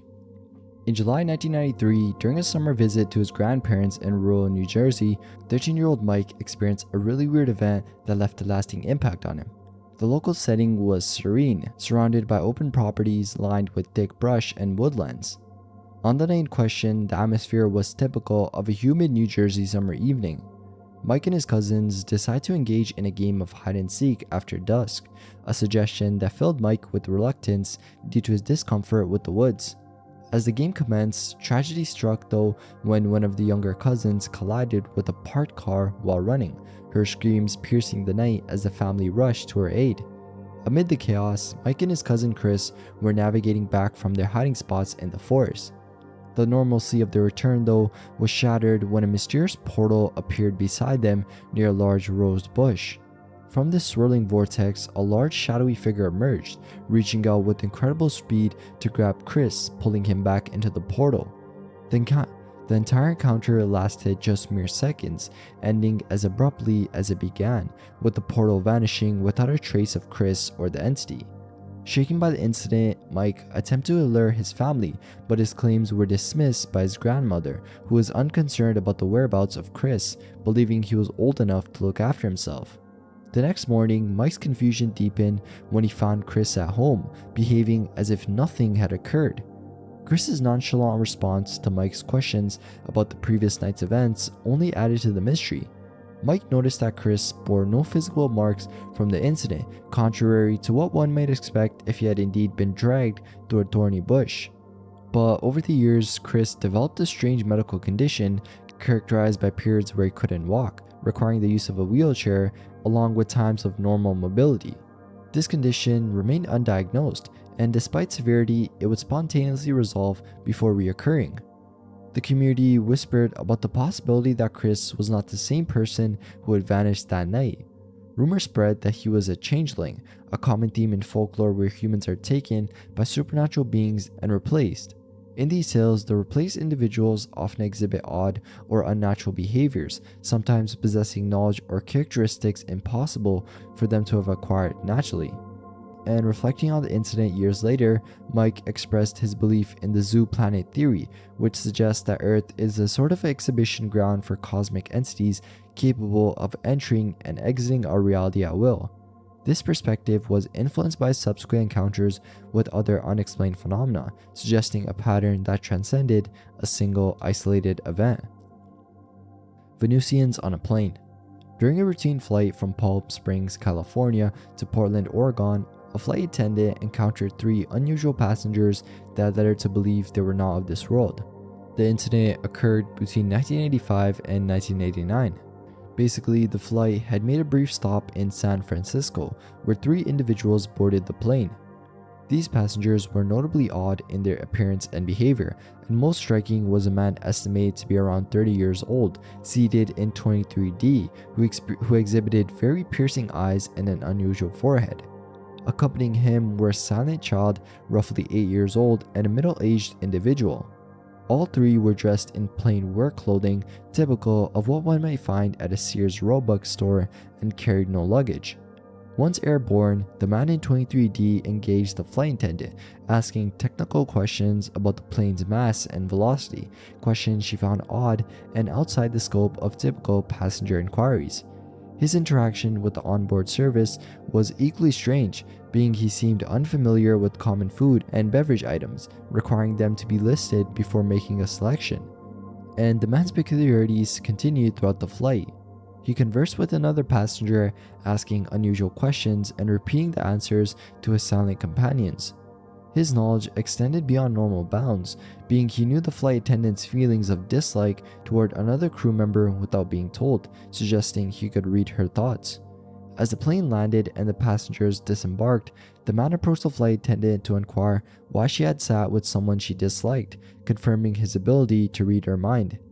And he cryptically told her he was light years old, a statement that confused the measure of distance with time. After the flight, the attendant saw the trio enter a limousine, which added another layer of mystery to their identities. The flight attendant, married to an Air Force serviceman, had never experienced anything similar before or since. Her encounter raises questions about the nature of these individuals, being whether they were extraterrestrial visitors, interdimensional beings, or something else entirely. Group effort: the Barbara Hudson story. Barbara Hudson's encounters with otherworldly beings, a series of events that unfolded over several decades. It was early hours of a morning in 1955 when a pivotal experience marked the start of her narrative. Barbara, residing in her family's home, was awakened by the presence of a tall man in her bedroom. His eyes emitted beams of light that struck her, inducing a trance-like state devoid of resistance. Compelled to follow, she was led to her living room where she encountered a gray mist and found herself transported via an elevator-like device to a room filled with unfamiliar instruments and colored lights, displaying an image of Earth on a large screen. This room was manned by several tall beings who surrounded the screen, managing various control panels. After a brief stay though, which included consuming a meal of fruits, Barbara was returned to her bed, having just had her first contact experience. Several years later, in February 1960, Barbara experienced another event in her Manhattan apartment. Answering a knock at her door while attending to her infant daughter, she encountered a man claiming to be an exterminator sent by the building's management to spray the apartment. Dressed incongruously for a manual laborer in a smart suit, the man's behavior and inquiries seemed pretty unusual, especially his lack of company identification and his detailed focus on Barbara's possessions and beliefs about UFOs. He seemed to read her mind, responding to her thoughts before they were even spoken, and after a brief interaction, he left as mysteriously as he had arrived, hinting at origins not of this world. Driven by these experiences, Barbara found herself drawn into the mysterious circle of individuals known as the Group, an assembly comprising both humans and extraterrestrials. This secretive collective aimed to unveil the realities of UFO phenomena to the public. Gray Barker, a prominent figure in the field known for his sensational publications and penchant for hoaxes, took a particular interest in Barbara's experiences. Barker's account of Barbara's encounters blend the lines between documented events and embellished narratives, which were sort of typical of his controversial contributions to the study of paranormal phenomena. Despite his reputation though, Barker's fascination with Barbara's story shows the interesting nature of her experiences and the impact it had on the UFO community. The intersection of Barbara's personal encounters with broader ufological research shows a complex time of mid-20th century America's fascination with UFOs and extraterrestrial life. Her experiences, whether interpreted as genuine contact with non-human entities or even as misinterpretations, still remain a fascinating case within paranormal research. The real Smokey Bear. On the morning of July 6, 1985, a very unusual report emerged from a campsite in Pierce County. Basically, two campers reached out to local law enforcement to report that they'd been chased away from their campsite by a talking bear. The campers, interviewed by the Seattle Times, detailed their encounter, which occurred just before dawn. Stephanie McKay, one of the campers, described the situation as both terrifying and surreal. She recounted that while they were inside their tent, a bear approached and startlingly began to speak. It asked for their names and questioned whether they had permission to camp there. Despite their assurances of having permission, the bear insisted they leave immediately, prompting them to hastily leave the area. And further adding to the oddity, the bear, described as large and weighing close to a ton, not only communicated verbally but also displayed aggressive behavior typically uncharacteristic of local wildlife, including throwing rocks at them as they fled. This behavior also has parallels in other reports of large unidentified creatures, especially those within cryptozoological circles like Bigfoot. The aftermath of the incident involved an investigation by the Greenwater Fire Department, which found the campsite undisturbed apart from tracks that seemed to belong to a large dog rather than a bear. No signs of a struggle or confrontation were evident. Deputy Sheriff Bob Hoffman also engaged with the case, finding that local residents had indeed warned the couple on the previous night about the high fire risk and the private status of the property, using phrasing similar to what was allegedly used by the talking bear. Hoffman suggested the possibility that while the couple might have encountered a bear, the talking aspect could be attributed to an overactive imagination or a misunderstanding, along with the stress of being on unfamiliar property with active fire hazards. Hoffman ultimately concluded that the report was unfounded, chalking it up to the high intentions of the situation along with environmental and social pressures. The lack of physical evidence of a bear though, especially one that matched the description given by the campers, led to the official dismissal of the case. Two suns in the sky. Mount Merapi, located in Java, Indonesia, is an active volcano rising 9,738 feet above sea level, often seen with wisps of smoke escaping its peak. On July 27, 2010, a group of students ventured up this formidable mountain, a decision that led them to a really interesting experience. As they navigated through the trails, their journey took an unexpected turns when the students ascended and found themselves enveloped in confusion and disorientation. The group fragmented, with individuals and small groups making their way back to base camp at different times. Rescue operations were then launched to retrieve those who had stayed. Upon regrouping and returning to civilization, one student shared a particularly astonishing account. He reported that during a moment of trying to orient himself using the sun, he observed not one but two suns in the sky. This vision was accompanied by the sight of a grand palace-like structure flanked by two figures dressed in what appeared to be historical military attire. This narrative also echoes elements of Javanese folklore, which speaks of a spiritual realm inhabited by various spirits known as makhluk halas. Legend has it that there exists a spirit palace or kraton complete with roads, domestic animals, and soldiers, mirroring the opulence of a human royal residence. This palace serves as a domicile for ancestral spirits who occasionally visit their descendants in dreams to relay urgent messages or warnings. The phenomenon observed by the student might be characterized as a time slip, an event where the past, present, or even future momentarily converge in the same physical space. Theories proposed by researchers like John and Ann Spencer in their Encyclopedia of Ghosts and Spirits suggest that such occurrences could involve glimpses into historical or future settings that once existed or might yet come to pass at the location. The appearance of two suns could potentially be explained by superimposition of timelines, where the celestial position from another time overlaps with the current day, creating a dual image in the sky. This account was initially brought to light by researcher Joan Foreman, who explores similar anomalies in her work, possibly including this account in her book Mask of Time. Despite the nature of these claims though, they align interestingly with local beliefs and the mystical narratives associated with Mount Merapi. Waterhounds of Lake Glyphadon. Lake Glyphadon, the largest lake on the Reykjanes Peninsula in southern Ireland, is known for its depth and isolation. The lake though remains largely unexplained due to its depth of 318 feet and covers an area of 8 square kilometers. So it's not really a surprise that the lake is a center of unusual sightings and local folklore. So in this particular sighting though, in November 1994, two bird hunters, Julius Eskilsson and Olaf Olafsson, experienced something extraordinary at the lake. They reported seeing two large dog-like creatures emerging from the water and frolicking on the shore. Initially mistaking these figures for rocks due to their stillness, the hunters were astonished when the creatures began to move. Described as larger than horses and leaving behind unusually large 3-cleft footprints, these beings resembled descriptions of mythical creatures known in Icelandic folklore as shorladi. These creatures are said to be quadrupedal barnacle-furred creatures of the West Fjords coast, part of a broader category of armored shore dwellers. The sighting raises questions about the possibility of a hidden ecosystem within the lake, which is fed by underground springs and surrounded by volcanic terrain. This environment could theoretically support unknown aquatic mammals, possibly accessing the lake through subterranean passages similar to the water's inflow and outflow. The rarity of such sightings though near a major city adds to the mystery and skepticism surrounding these reports. The event was even covered in the 43rd issue of Foreign Times and further discussed due to the cultural significance of mythical creatures in the region, including the kelpies, which are horse-like shapeshifters noted in local tales.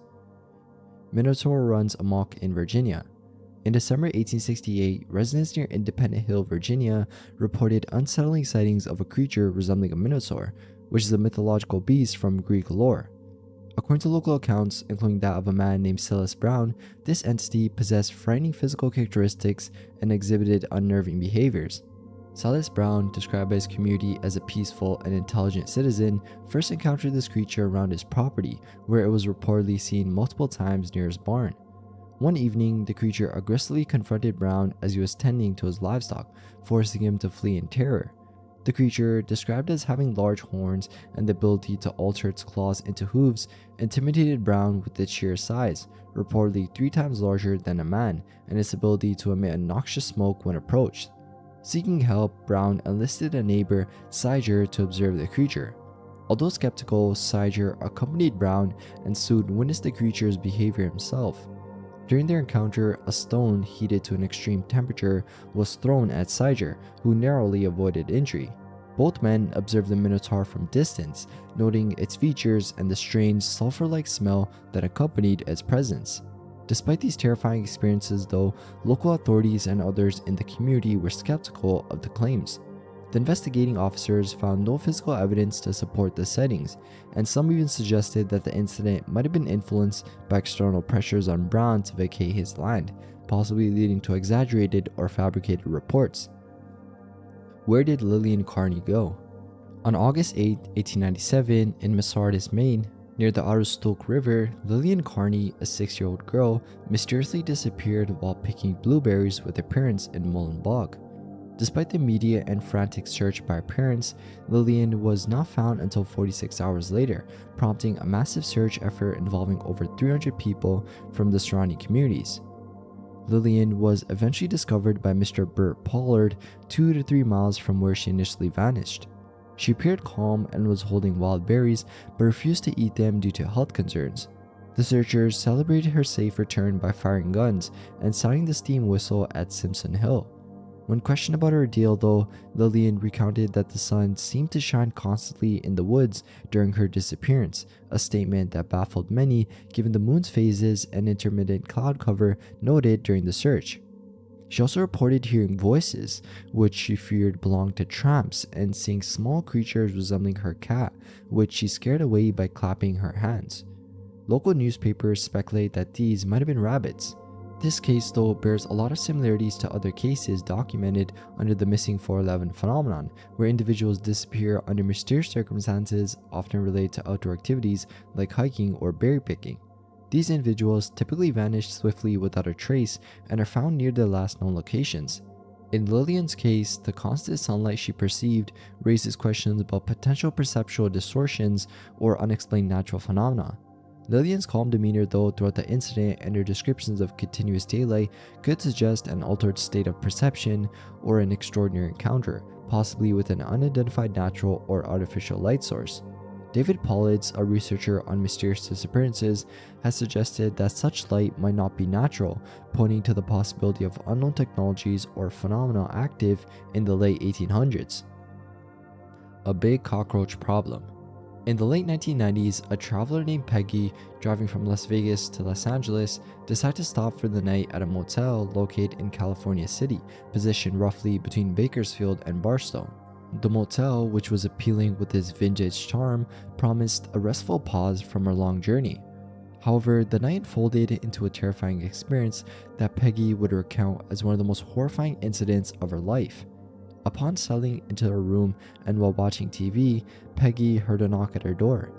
Expecting perhaps room service or a mistaken guest, she cautiously opened the door, only to be greeted by an utterly bizarre and frightening sight. Not a person, but a colossal cockroach, standing as if on hind legs, about 6.5 feet tall. This giant insect, behaving eerily like a human, asked for a bed linen in a clear, articulate voice.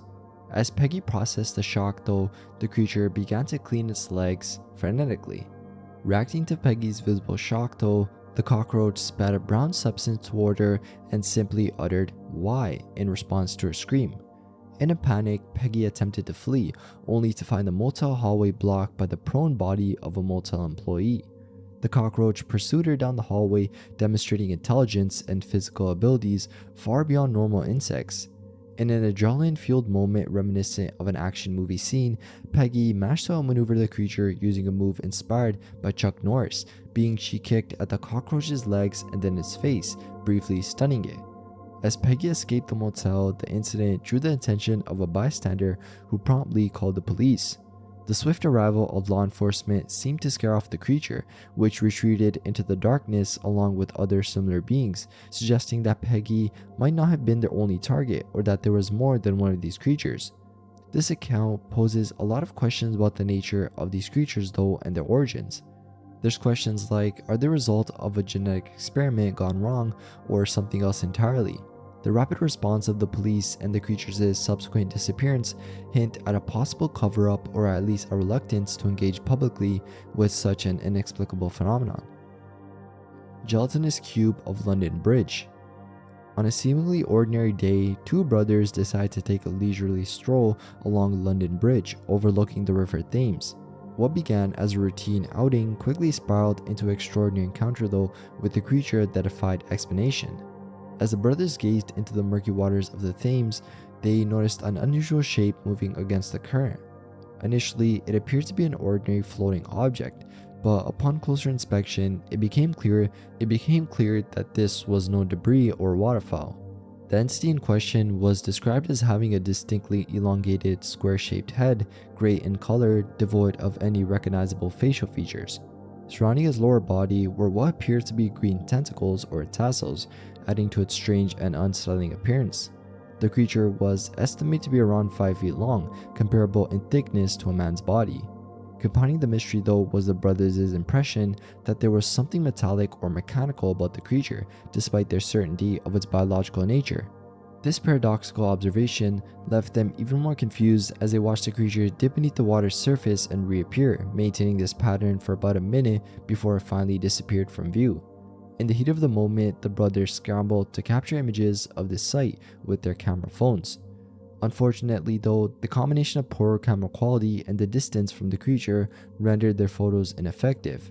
However, they were not alone in the setting. A small crowd had gathered on the bridge, drawn by the spectacle, and many bystanders shared in the brothers' awe and confusion, discussing what the creature could possibly be after it vanished. The incident left a lasting impression on the brothers, particularly on Laws, who returned to the site a year later with his young son. The past encounters seemed all but forgotten until his son, typically calm and confident, was suddenly overcome with panic, insisting that they leave immediately because he felt something watching them from the water. This reaction was especially chilling given that Laws had never shared the story of his previous encounter with the sun. The nature of the creature though remains shrouded in mystery. Some have speculated that it could be a new type of jellyfish or cephalopod, previously unknown to science.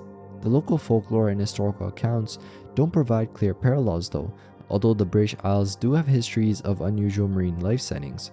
Another theory suggests a misidentification of mundane objects or animals, possibly influenced by the play of light and shadow on the water, though this does not really explain the observed details. Electrical anomaly in Ashford. At Ashford, England, an unusual lightning strike incident occurred involving 4 workmen. Basically, during a sudden storm, 3 of the men took shelter in a shed while the 4th stood under a nearby willow tree. This decision proved nearly catastrophic though when a bolt of lightning had struck the tree. The man by the tree experienced extraordinary effects from the strike. His colleagues found his boots at the base of the tree. One was twisted but undamaged by burns, and the other showed typical signs of a lightning strike like tearing and burning.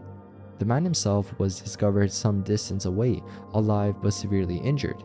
He was missing most of his clothing, which was later found scattered around the area, torn but not burned, except near metallic objects he had been carrying, like his belt buckle and watch. His injuries included burns and a complex fracture in his right leg, with the tibia protruding through the skin.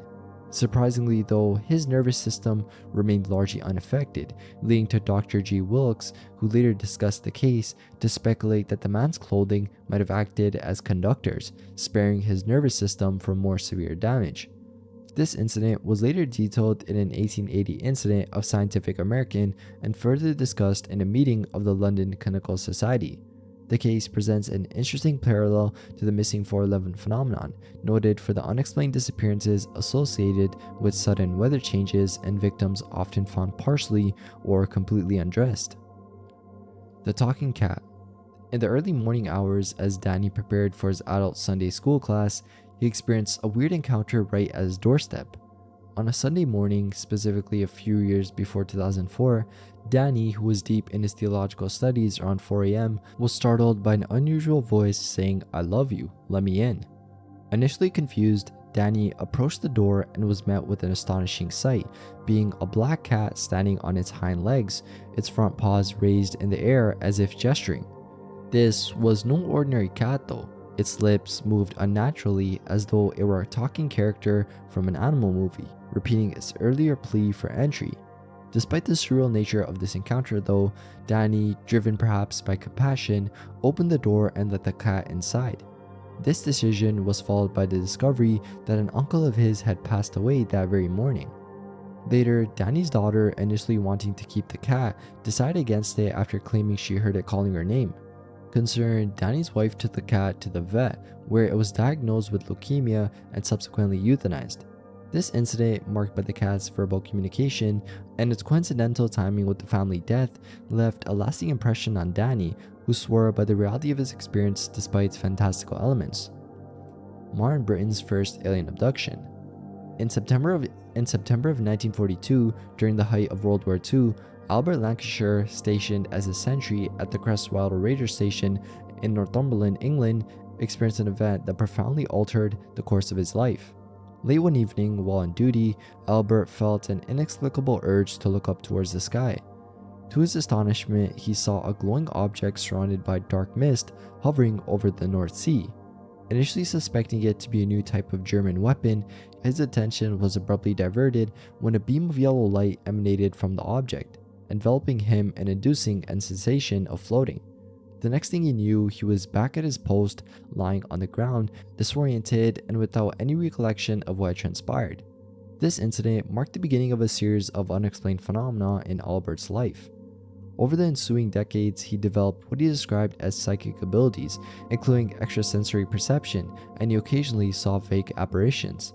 Struggling to make sense of his experience, Albert began to interpret these events through a religious lens, discussing them occasionally with friends who were both curious and skeptical. The mystery deepened though in October 1967 amidst a flurry of UFO sightings across Britain. Albert, now working as a railway signalman in Ashton-under-Lyne, reported that his signal box was buzzed by unidentified white lights. This encounter seemed to trigger further paranormal activity, including poltergeist phenomena at his home and a series of vivid dreams. Upon reflection, Albert believed these dreams might actually be repressed memories of his 1942 encounter. He recalled being in a strange room, lying on what appeared to be a medical examination table, surrounded by various beings, being a woman resembling an Asian female, short, pygmy-like men, and taller human-sized figures dressed in white suits. One of these beings, who wore a surgical mask, seemed to be examining him.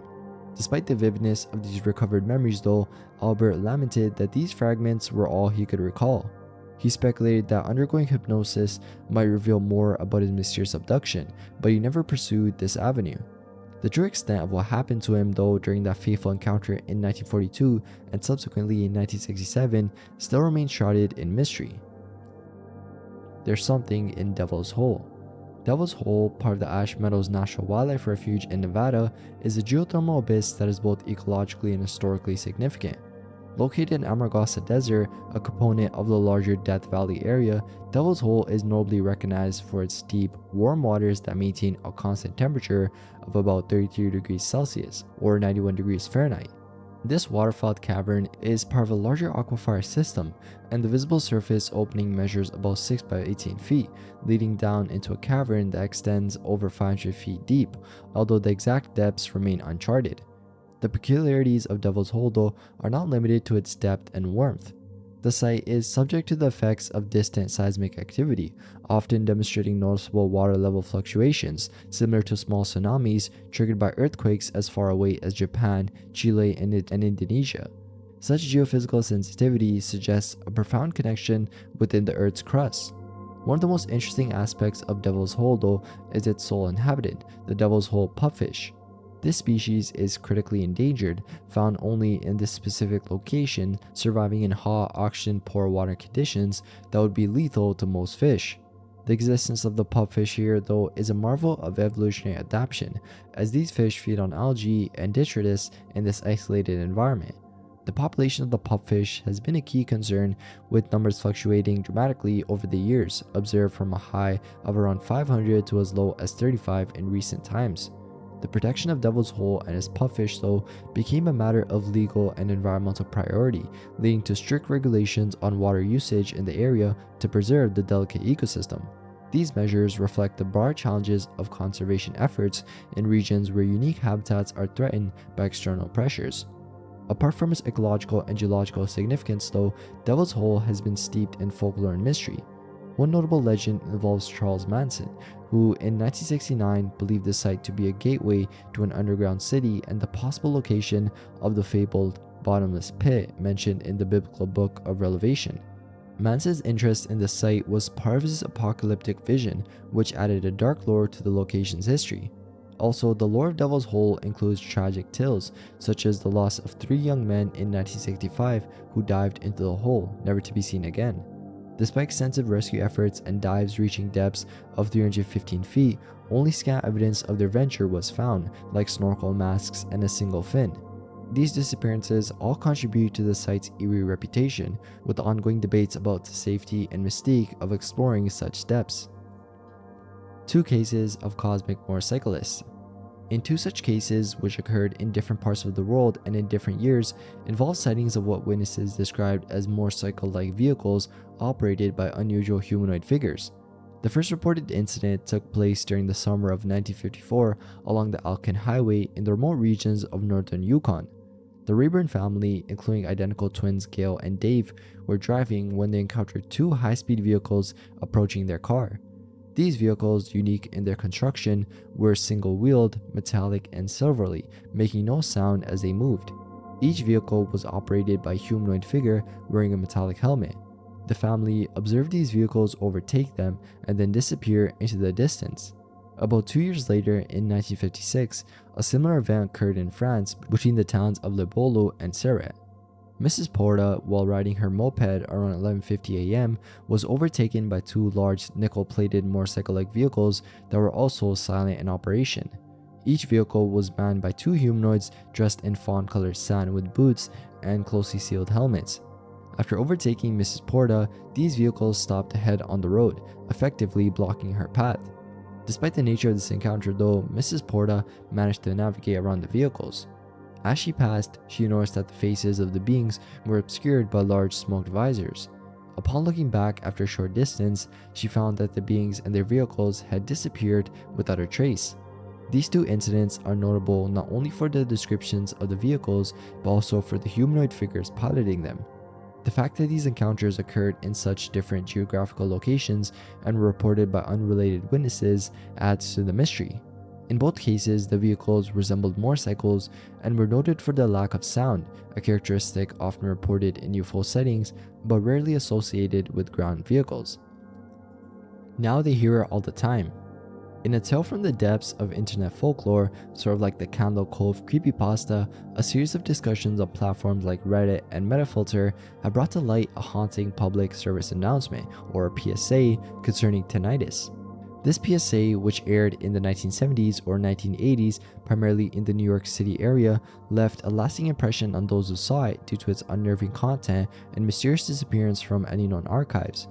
The content of this PSA featured visuals that have been described by various online contributors. It allegedly showcased mannequin heads made of frosted gas, which illuminated from within.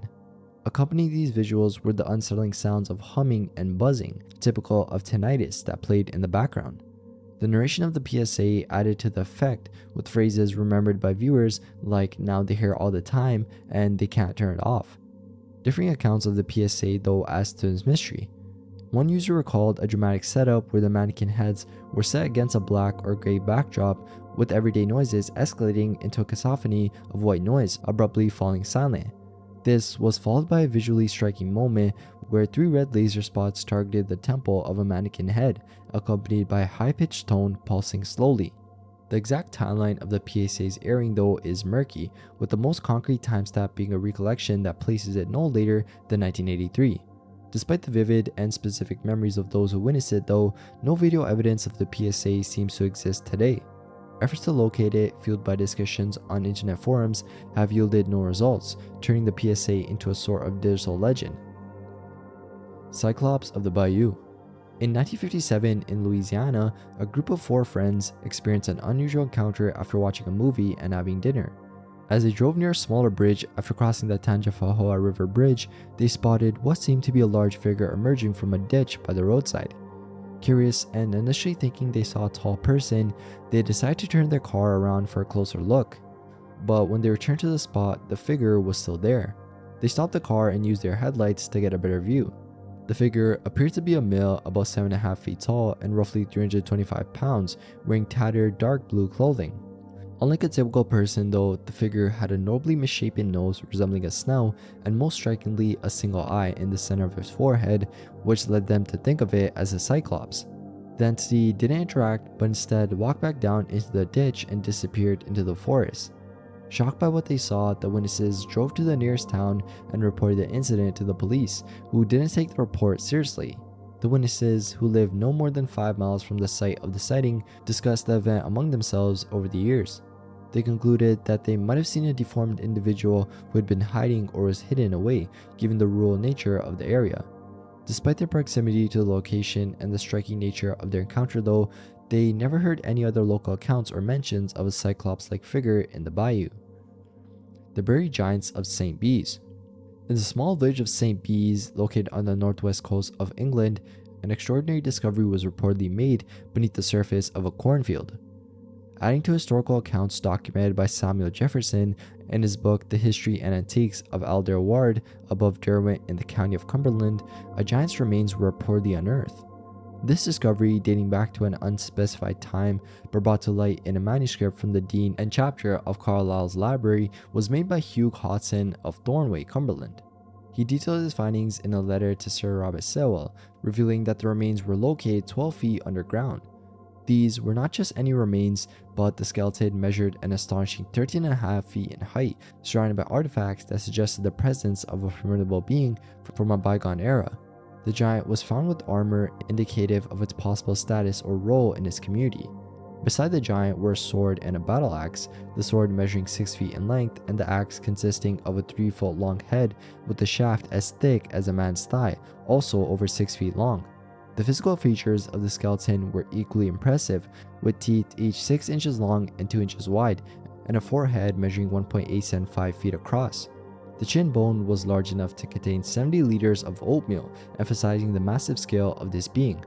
And the artifacts found with the remains, a sword, battle axe, and pieces of armor, were reportedly kept at the residence of Mr. Sand of Rottington and Mr. Wyber of St. Bees, according to Hodson's report.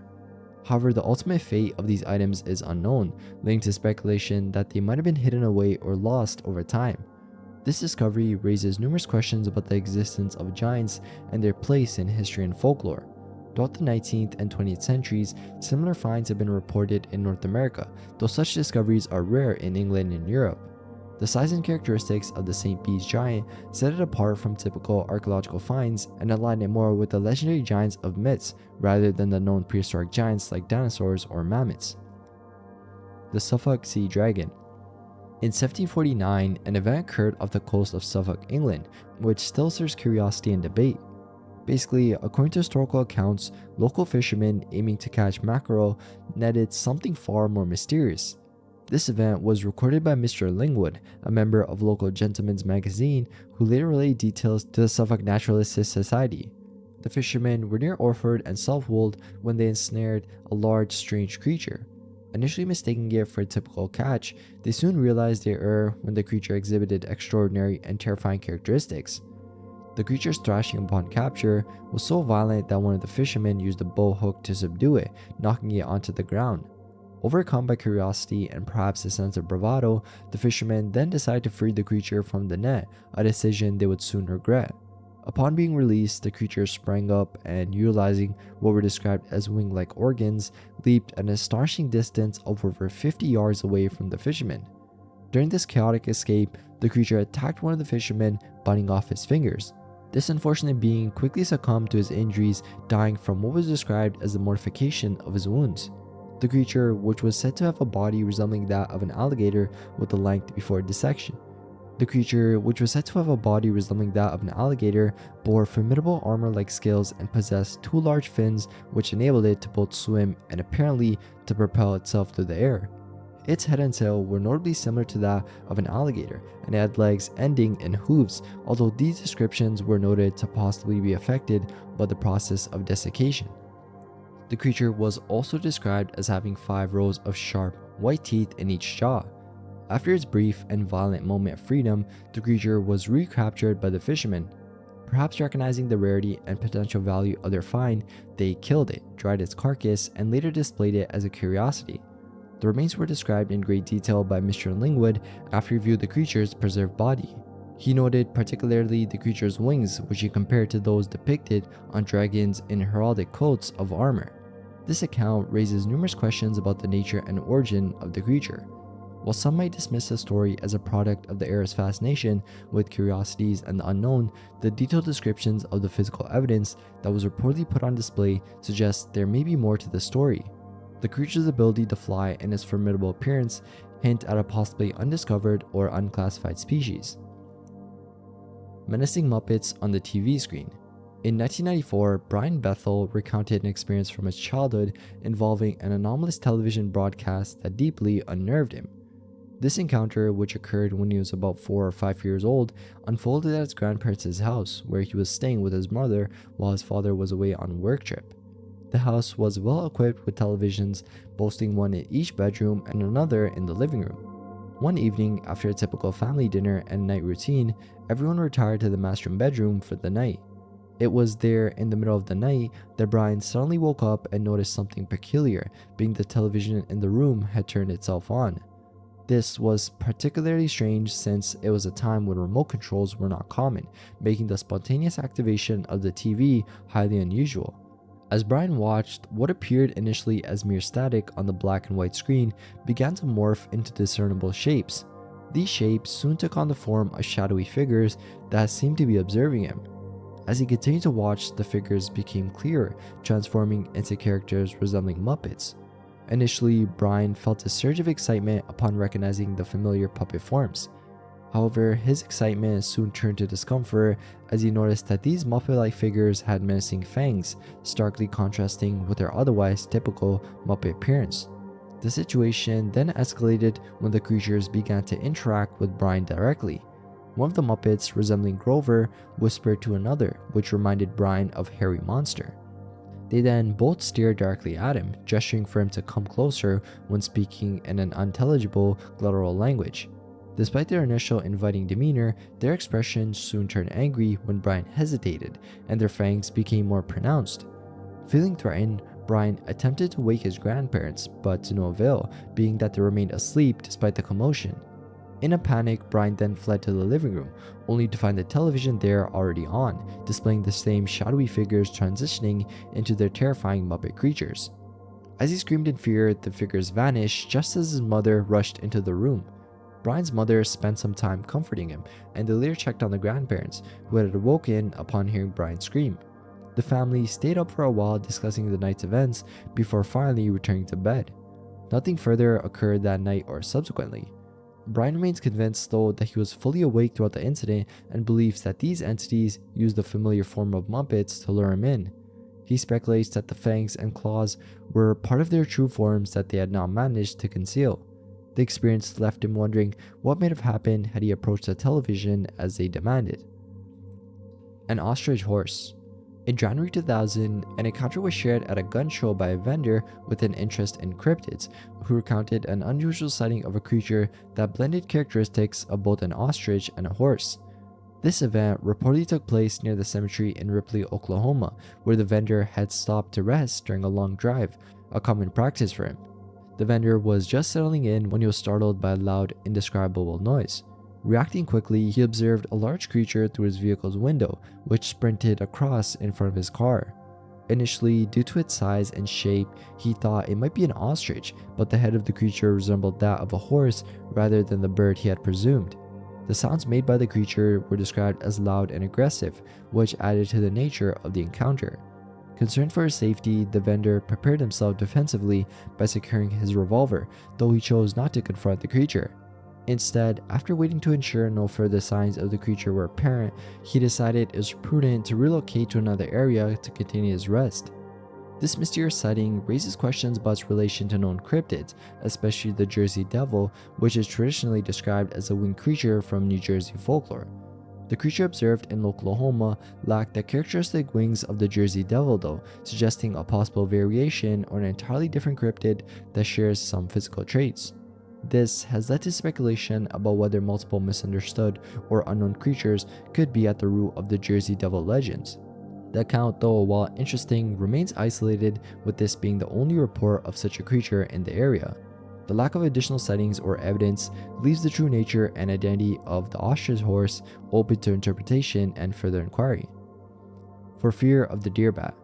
In the realm of cryptids and flying humanoids, two notable encounters with creatures known as deer bats have interested and alarmed those who've come across them. These sightings, while separated geographically and temporally, share some similarities and describe a mysterious creature that defies easy categorization. Basically, in June of 1996, Lynn Johnson was driving through the Cottage Grove area in Oregon when she encountered a bizarre creature. The entity darted across the road with incredible speed, estimated at around 70 miles per hour, and suddenly unfurled wings that seemed disproportionately small for its size. This rapid unfolding allowed it to launch into the air, disappearing into the night. Johnson was left bewildered, convinced that the creature was beyond natural explanation due to the impracticality of its wings for flight. Later, in a different part of the country, a similar creature startled two teenagers in Illinois. Dalton and his friend Nick were enjoying a late-night drive near Rockford in 1997 when they noticed unusual movements in a cornfield. As they slowed the car, expecting perhaps a deer, an astonishing figure burst forth. This creature, resembling a large buck at first glance, revealed enormous wings as it leaped into the air. The boys, shocked and frightened, described the creature as jet black with a deer-like appearance but equipped with powerful bat-like wings. And despite the terrifying encounter, they managed to escape unharmed, with their experience adding another layer to the growing legend of the deer bat. I would know that stupid clown again if I saw it. One night, Marnie, at the age of 5, experienced something terrifying that stayed with her ever since. She was sharing a double bed with a 3-year-old brother in her family home, and while parents watched the evening news downstairs, Marnie struggled to fall asleep. Amidst her restlessness though, she turned to find a clown standing next to her bed. This wasn't just any clown, but had a maniacal expression and wore a purple and green outfit with a red tie, which notably wasn't stained with blood, as clarified during a recount of the incident to Dave Schrader on the Darkness Radio podcast. The presence of this clown was so real to Marnie that she could hear the rustling of its cheap satin costume each time the furnace kicked on. Paralyzed with fear, she lay in bed listening to the familiar sounds of the Johnny Carson show drifting up from downstairs, indicating her parents were still awake. In a desperate attempt to get someone's attention, she tried to wake her brother by pinching him, but he only recoiled in his sleep without waking. Hours seemed to pass as Marnie alternated between closing her eyes, hoping the clown would disappear, and opening them to find it still ominously present. Eventually, exhaustion and terror overwhelmed her, and she fell asleep. The next morning, Marnie immediately told her parents about the clown, but they dismissed her story as a dream, despite the evidence of a bruise on her brother's arm where she had pinched him. Her parents' skepticism did little to ease her fears though, or erase the vivid memory of that night. Years later, Marnie still vividly remembers the clown's appearance, convinced she would recognize it if she ever saw it again. Terrible old man thing. In 1977, Terry, a 16-year-old girl from Shingle Springs, California, had an encounter that would haunt her for decades. It was a sunny day in Sunnyvale, California, and she and her best friend had just finished their coffee at a Winchell's donut shop. They were just finished and heading for the door when all of a sudden an old man seated at one of the tables reached out and grabbed Terry's wrist. Her initial reaction was to pull away, but she hesitated when she saw the man's frail, aged appearance. He was dressed in black, wearing an old-fashioned hat and suit that seemed like they were from the 1930s. His skin was pale, his frame thin, and he looked to be in his 80s or 90s. The old man then introduced himself as a palm reader and offered to give them each a reading. After a brief discussion, Terry and her friend agreed. Terry sat down across the man, and as her best friend was just about to sit beside her, he asked her to move several tables away, explaining that the reading would be personal and required privacy. Terry's friend then complied and moved out of earshot. With her friend seated away, Terry placed her hands on the table, palms up, and looked into the man's face.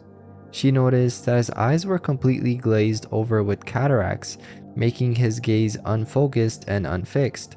She asked how long he had been a psychic, to which he replied that his ability had nothing to do with being psychic, but was entirely based on science.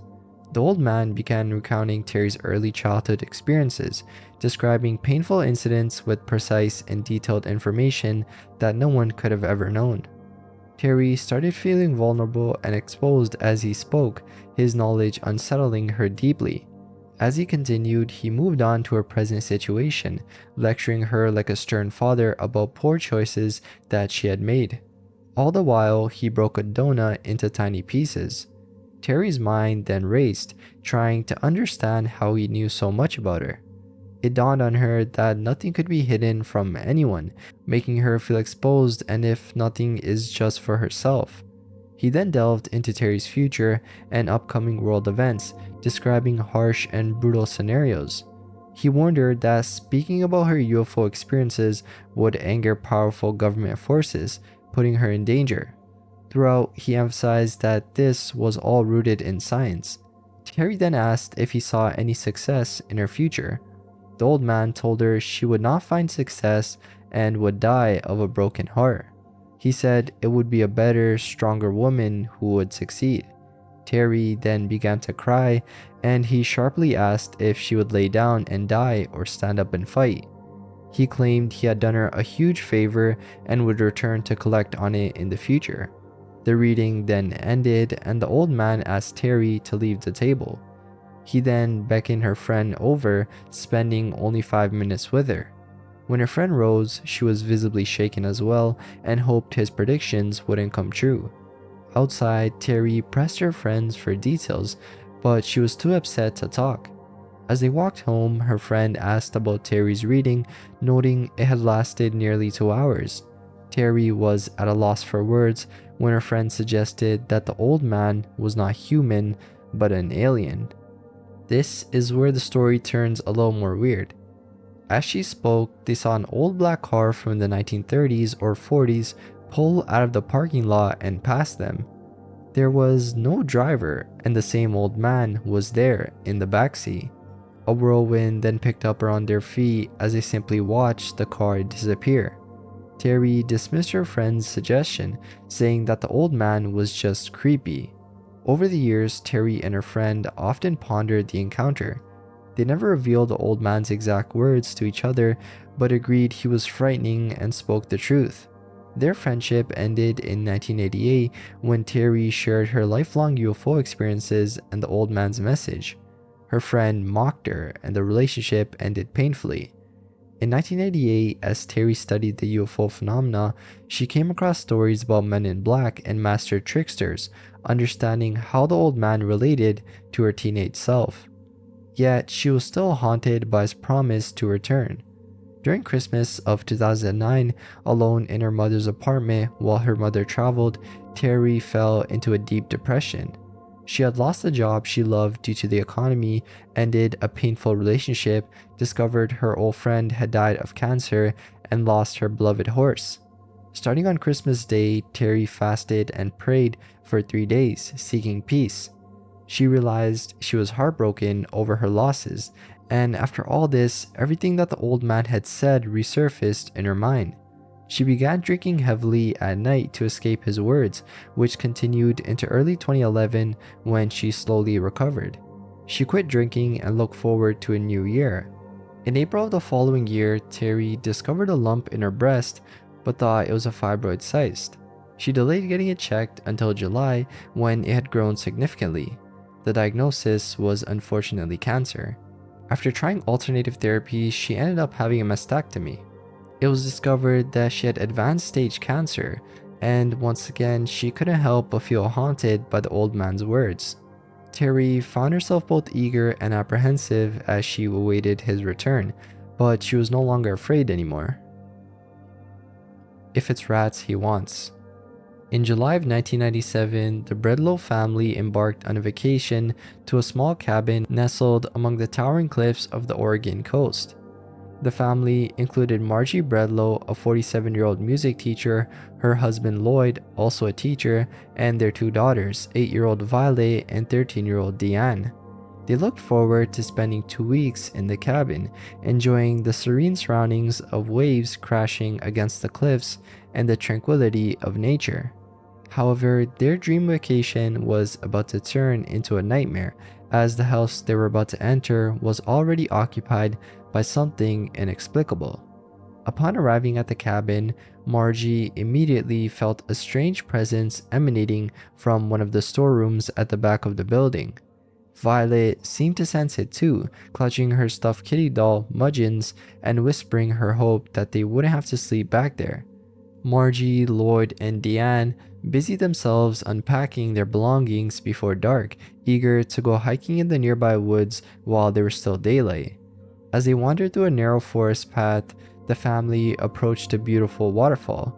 This was the idyllic rural retreat they had anticipated. The 2 girls walked ahead of their parents when a strange mist settled around the group.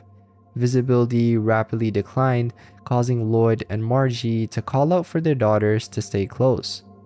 Deanne quickly returned to her parents, but Violet didn't respond. Panic began to set in as they called out for Violet, only to hear her voice behind them a moment later. This seemed impossible as they were on a narrow path and had been shouting her name continuously. Violet explained that she hadn't walked back but had been carried through the air by something, though she didn't see any mist or hear their calls. As they settled in for the dinner that night, they tried to push the bizarre events from their minds. However, Violet's behavior kept growing stranger. After finishing her meal, she began preparing 2 plates from the leftovers. When Margie asked what she was doing, Violet replied that they needed to be fed twice a day to avoid angering them. Violet described these beings as the ones who had carried her through the air earlier and who lived in the storage room. Margie, thinking her daughter was playing a game, allowed her to proceed. Violet then eagerly opened the storage room door and placed the plates inside, explaining that the little men wouldn't eat while they were watching. As soon as they left the room, the door slammed shut, startling Margie. Lloyd then came running to the sound, and Violet calmly explained that they were feeding the little people in the back room. When Lloyd opened the door, he found 2 rats eating the leftovers. He grabbed a broom to shoo them away, but Violet begged him not to, fearing their wrath. Lloyd ignored her pleas, but as he approached the door, it slammed shut again. Despite his efforts, he couldn't open it. Frustrated, he walked away, mumbling about the door locking itself. Moments later, the door opened and the plates were pushed out, licked clean. Violet explained that the little men enjoyed the food but wanted more baked beans. She added that they could look like anything they wanted but didn't like being called rats. Margie, now curious, asked Violet how she communicated with these beings. Violet said she could hear their voices in her head, the same way they spoke to her when they met her on the trail. Margie began to believe that there might be more to her daughter's stories. For the next few days, Margie and Violet fed the little people in secret while Lloyd read and Deanne worked on puzzles. Lloyd was unaware that Violet's connection with the entities had deepened. On the 5th afternoon, just before sunset, Margie heard a metal snap followed by a high-pitched scream. She found Violet clutching her temples in pain, screaming. Margie ran to the storage room and found 2 small humanoids in green, one trapped in a rat trap. The scream came from Violet, who seemed to share the creature's pain through a telepathic link. Summoning her courage, Margie freed the creature, which vanished along with its companion. An angry voice declared, "If it's rats he wants, it's rats he gets." Margie barely had time to process this when Deanne ran in, screaming about rats. Dozens of rats had appeared, overrunning the cabin. Realizing that they had no choice, the Breadlow family quickly gathered their belongings and fled. Margie remains convinced they'd encountered something beyond explanation, believing that her daughter had formed a connection with these mysterious beings. Shadow at Elizaville. The Elizaville monster, often described as a towering shadowy figure standing 7 to 8 feet tall, is said to roam the fields and cemeteries of Boone County. This entity is reportedly aggressive and carnivorous, with legends suggesting that if one parks their car in these rural areas between 1 and 3 a.m. and screams into the night, the beast will chase and consume them. It was this legend that caused a group of friends to decide to investigate the phenomenon. They used directions from the internet posted by a previous visitor to find their way to Elizaville. After following gravel roads, they eventually found a simple green road sign that read Elizaville. They continued their drive, observing their surroundings carefully. They didn't see any creatures or signs of recent disturbances like bones or abandoned cars, but several unsettling sights had caught their attention. These included part of a cornfield appeared to have been smashed through, likely by a vehicle, and a relatively well-maintained house had its windows broken. There were even tire marks on the road indicating erratic driving. As they ventured deeper into the area, they noticed a strong smell of decaying meat. The temperature was unusually cold for a summer night, which added to the eerie atmosphere. One of the friends, KJ, sitting in the back of the car, complained of severe stomach cramps, which he claimed always occurred before something bad happened. Their exploration then took a disturbing turn when one of them, looking out the window, saw a human head lying sideways on a tree stump a few feet from the road.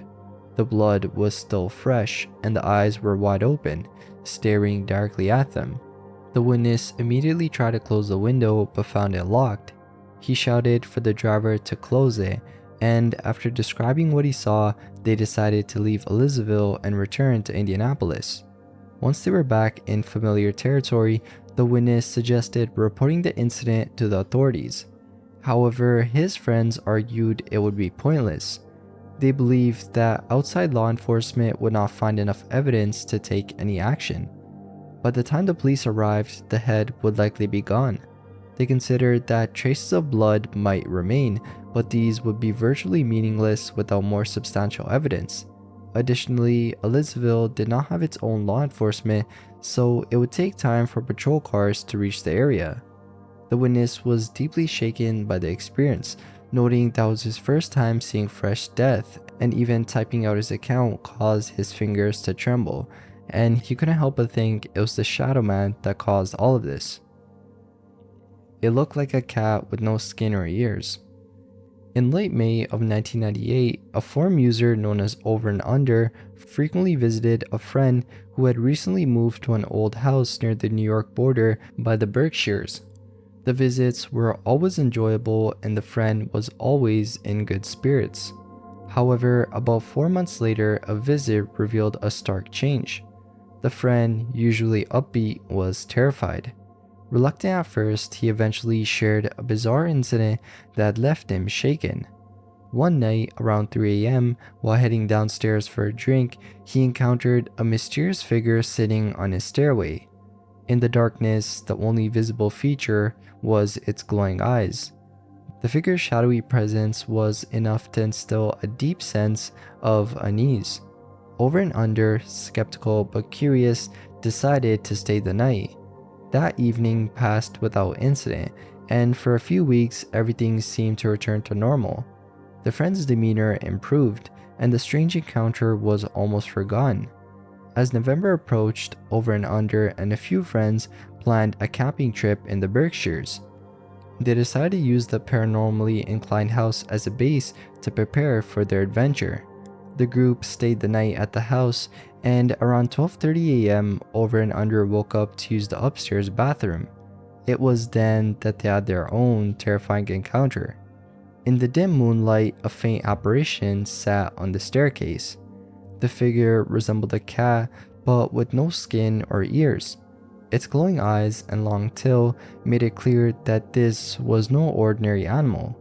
Larger than a typical cat, it stared intently at the witness.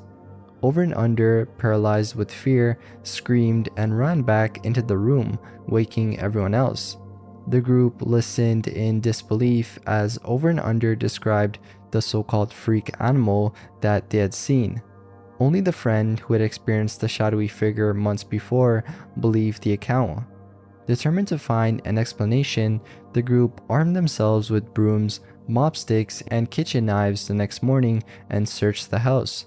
Despite their thorough search though, they found no trace of the creature at all. Over and Under considered the possibility that it might have been a large rat, but the size and behavior didn't match any rodent that they had ever seen in their lives. The creature had sat like a cat, but its features and size were all wrong. As time passed, Over and Under remained in contact with their friend, who occasionally reported glimpses of the same creature in the same spot.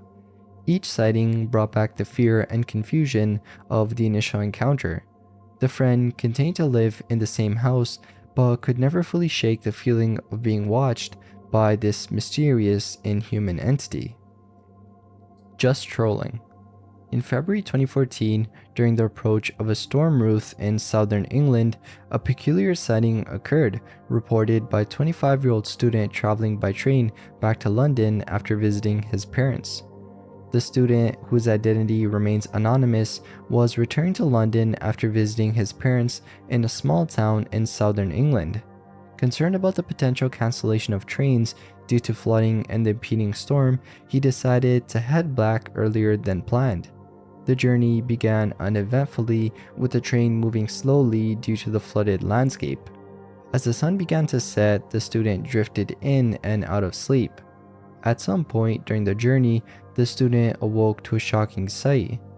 Through the window on his left, he saw a massive figure running through the waterlogged fields. The figure was about 3 meters tall, with water reaching its knees.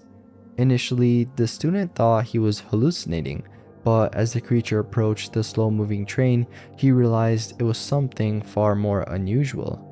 As the creature drew closer, the student could see that it was fully covered in hair, except for its bald face and chest.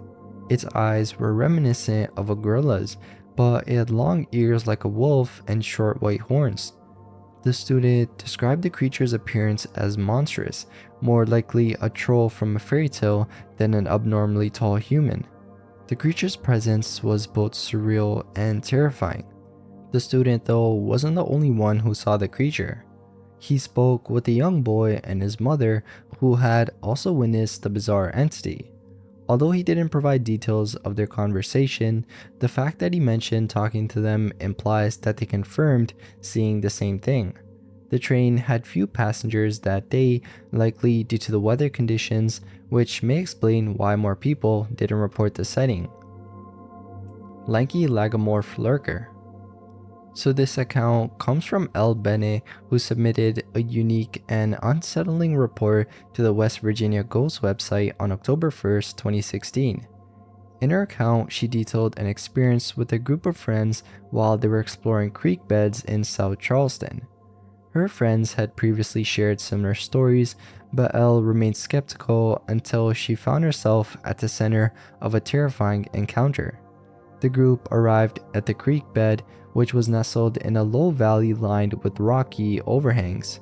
As they ventured further, the sky turned pitch black and a shadowy black dog appeared at one end of the creek.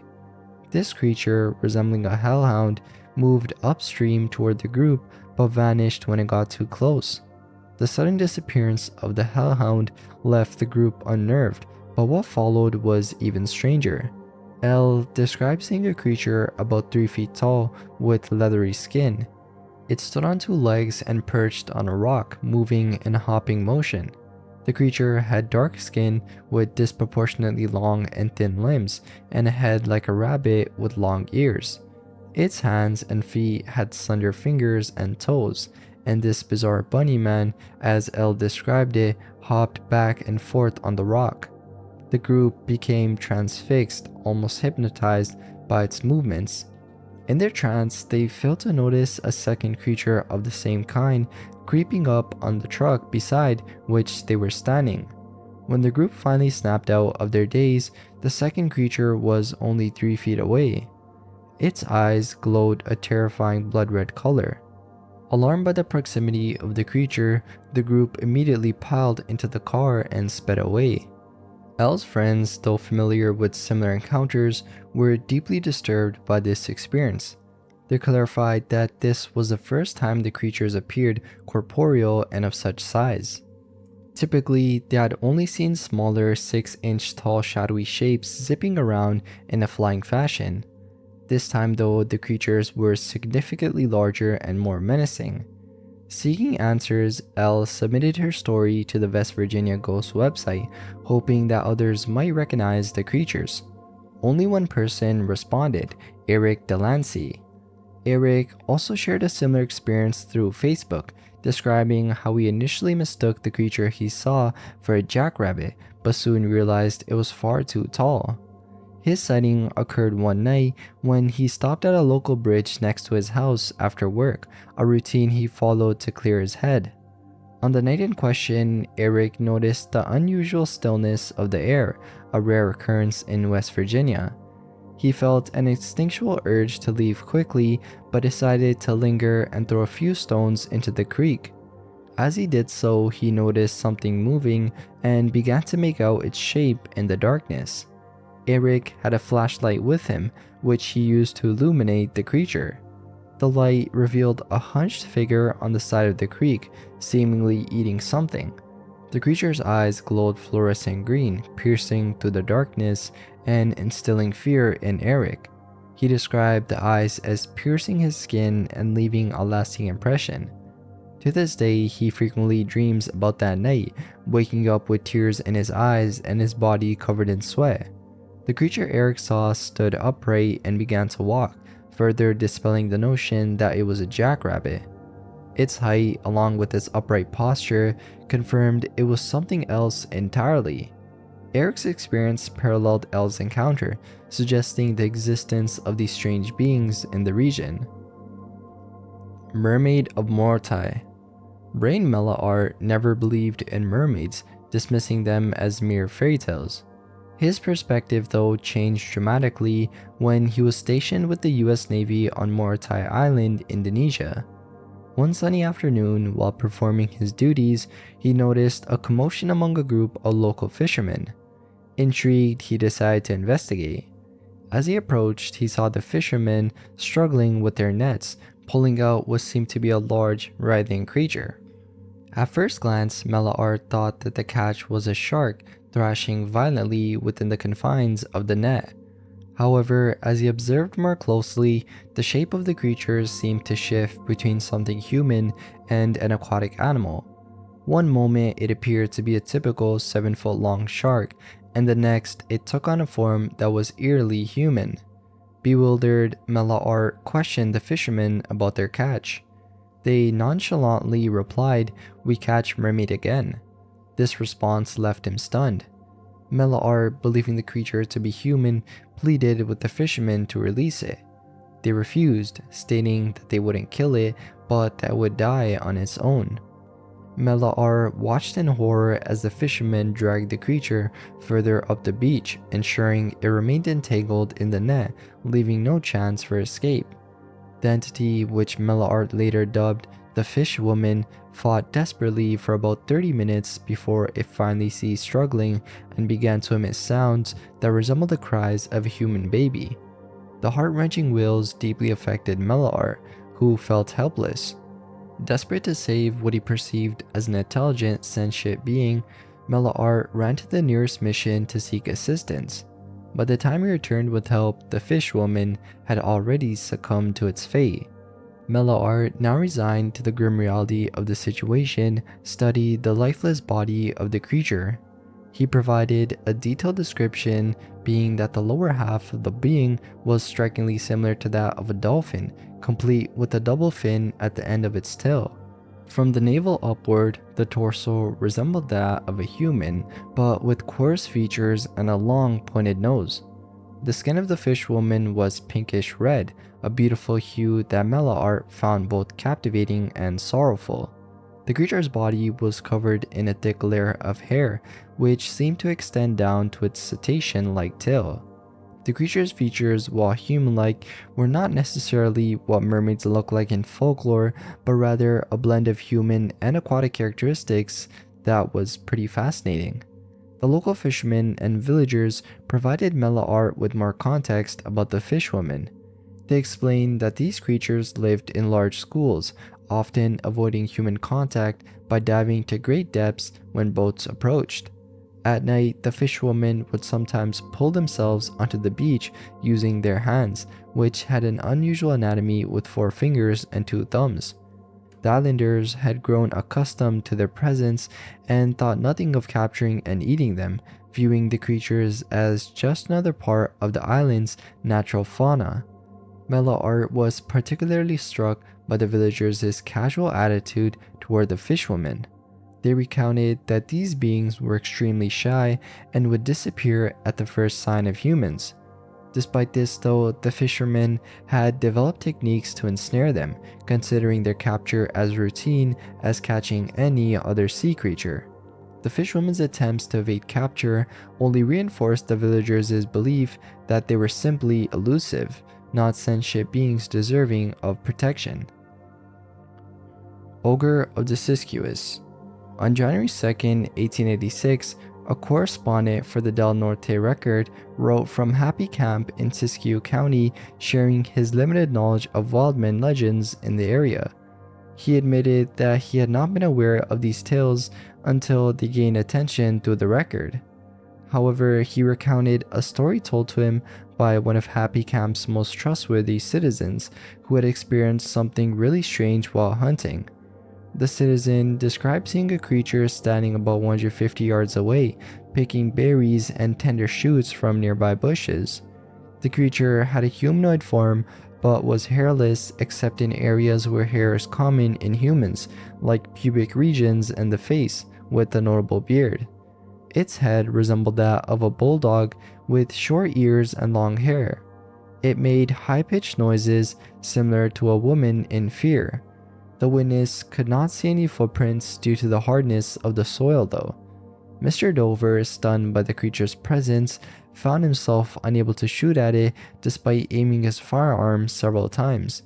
He ultimately decided against it because the creature appeared too human. The area where the sighting occurred is located between Marble Mountain and Happy Camp. Other reports from the region mentioned similar sightings, although descriptions of the creature's height varied, with some accounts suggesting it was taller than Dover's estimate. The creature appears to be herbivorous according to Dover's observation, and the correspondent speculated that it might make its den in caves within the Marble Mountains during winter. Indescribable lurker of Lanternum. In the southwest Welsh region of Tafaen lies Lanternum, an electoral ward that was home to a young man named Edward Frank sometime before 1813. One night, as Frank was walking home, he heard footsteps approaching him. What he saw was tall, dark, and utterly beyond explanation. Frank, intrigued and unsettled by the voice, peered through the darkness to glimpse the figure coming toward him.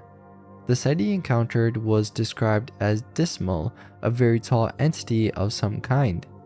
Despite his growing dread, he managed to shout a threat at the being before him, demanding in the name of God that it move out of his way or he would strike it. To his astonishment, the entity vanished immediately. Frank's night did not end there though. After the entity disappeared, he was suddenly overwhelmed by panic, losing all sense of direction and memory of his location. In his disoriented state, he noticed two additional objects that were light brown and pulse-shaped. These mysterious objects only intensified his fear and confusion. Seeking some form of security, he spotted a cow in a nearby field and stumbled towards it, leaning against the animal for comfort. He remained there for a while, using the cow as the barrier against the unknown entities. Eventually, when the tubular figures vanished, he sought out human contact and shelter. Frank noticed the light of a house and recognized it as a home of a woman he knew. Desperate for help, he knocked on her door and called out in a trembling voice. The woman, recognizing him as her distressed neighbor, let him in and offered him a place to stay for the night. Another guest in the house, a religious man named Abraham Llewellyn, heard Frank's story and later recounted it to Reverend Edmund Jones. Reverend Jones then included this account in his book A Relation of Apparitions in Wales. Little People of Metcalfe County. In south-central Kentucky, within Metcalfe County, lies the small town of Summershade. The area is defined by hills, hollows, mountains, valleys, and stone-bottom creeks. Thick forests cover much of the region, vastly different from the marshy lowlands of western Kentucky. Hidden within these forests are entrances to numerous dark caves that lead to murky caverns extending deep underground, connecting to the world's largest known cave system, the nearby Mammoth Caves. This extensive network of tunnels and passages remains largely unexplored, leaving open the possibility that unknown species might inhabit these subterranean spaces, using them for concealment and escape. In 1995, Robert moved to Summershade, acquiring a property of about 75 acres on two parallel ridges covered with pine and fir trees. A small, rocky stream near his house separated it from the barn, creating a serene scene. For several months, everything seemed normal until Robert noticed that some of his chickens were disappearing without any trace.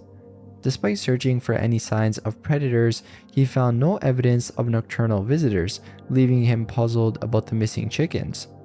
Initially, Robert didn't think much of the missing chickens, even though his family had learned the hard way about such disappearances back in Spotsville some 20 years earlier.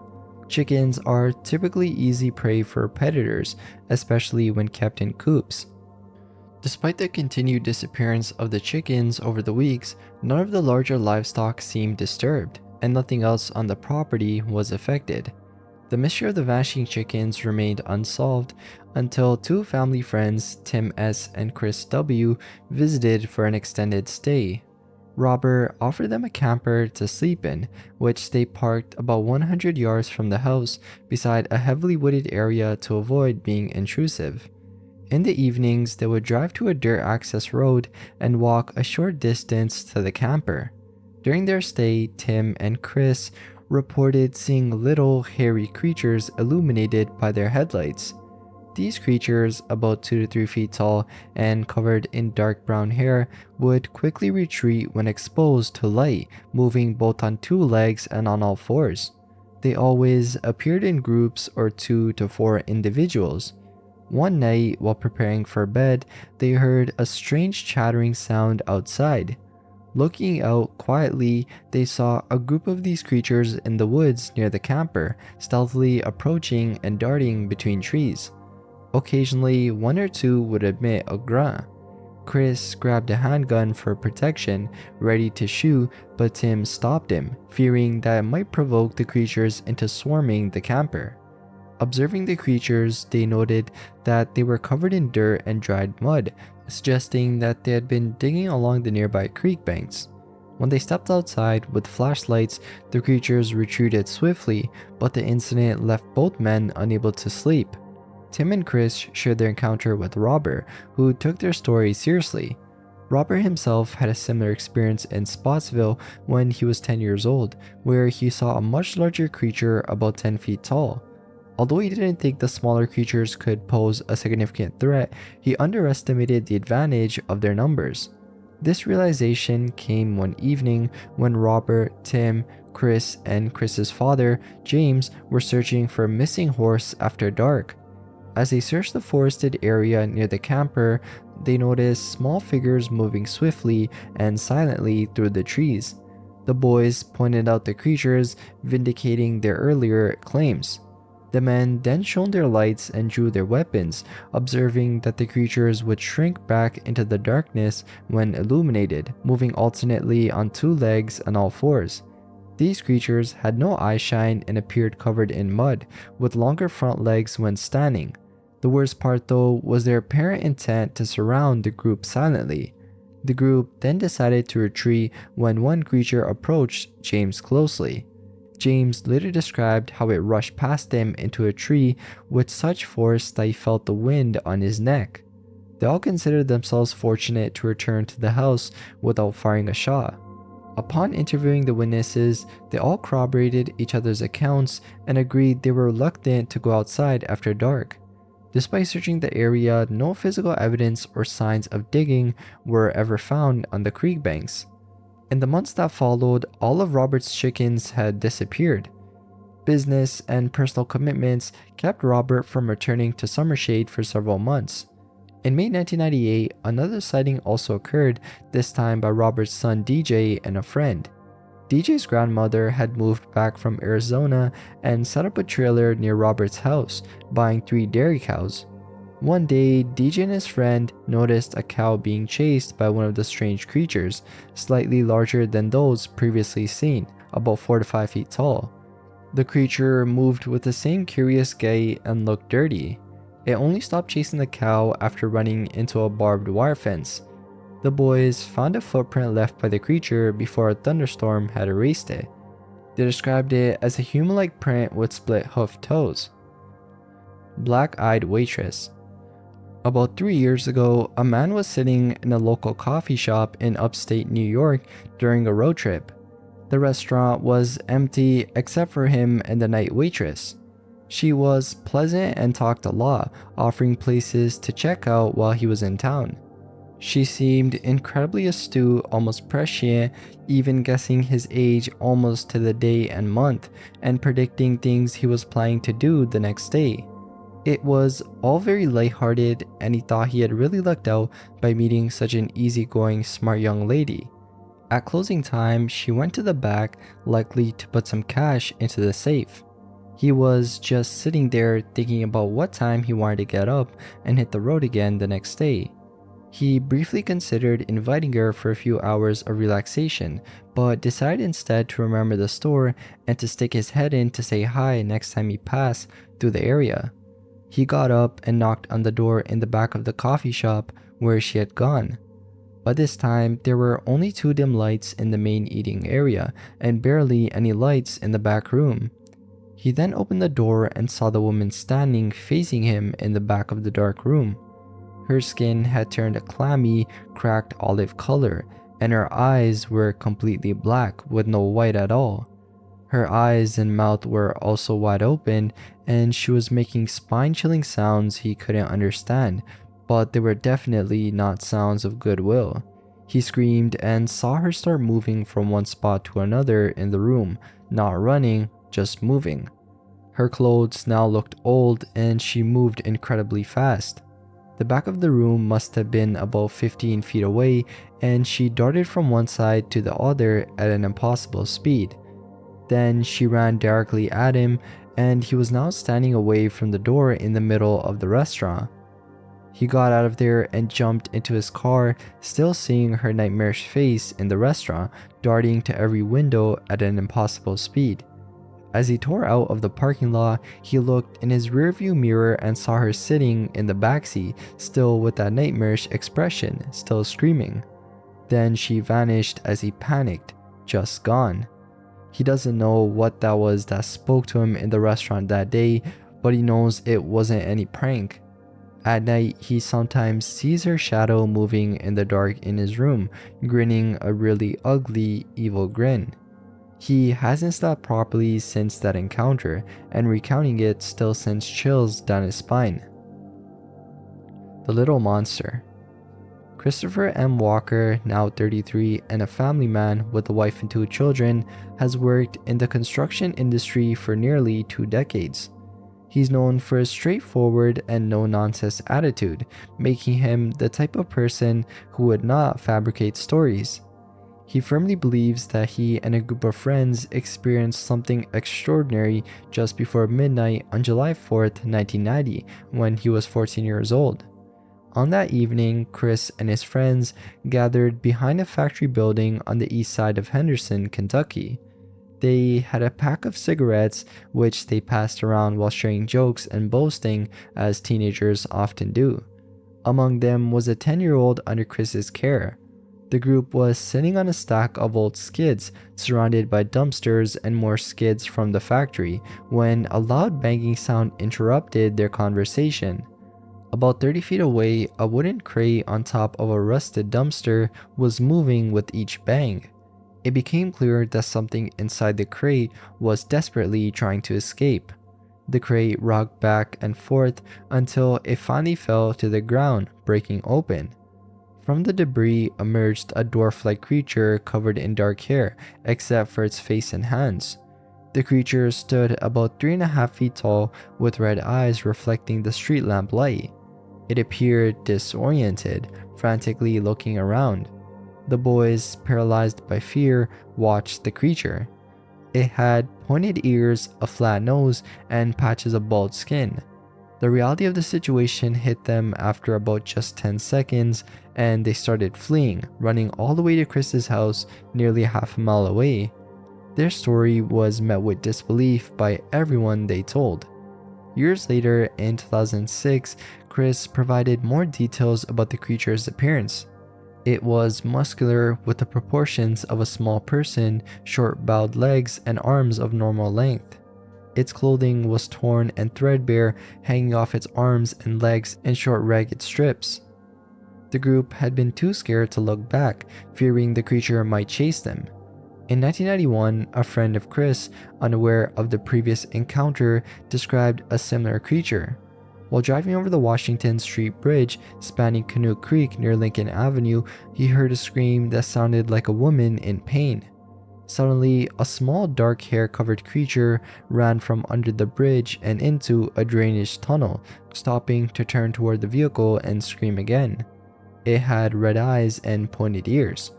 This account added another layer to the mystery, reinforcing the strangeness of the initial encounter. In a follow-up interview in 2008, Chris reaffirmed that the encounter was the scariest moment of his life.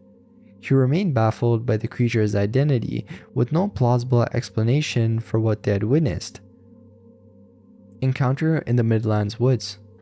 At the age of 13, a young girl lived with her family on 300 acres of private property in a secluded area near the Midlands in South Carolina. The property, surrounded by dense woods and miles away from any neighbors, often felt incredibly isolated. One afternoon around 4 p.m., she was playing in the woods near her house when she noticed an eerie silence had fallen. The usual sounds of chirping birds and rustling leaves were absent, replaced by an unnerving quiet. It was then that she felt an intense sensation, the kind that prickles your skin when you know you're being watched. But this feeling was far more sinister. Looking up, she saw, perched in a tree about 20 feet away and 18 feet high, a terrifying creature. It resembled a pterodactyl with a humanoid form. Its skin was a disturbing blend of brown and clay, and its eyes were a vivid blood red.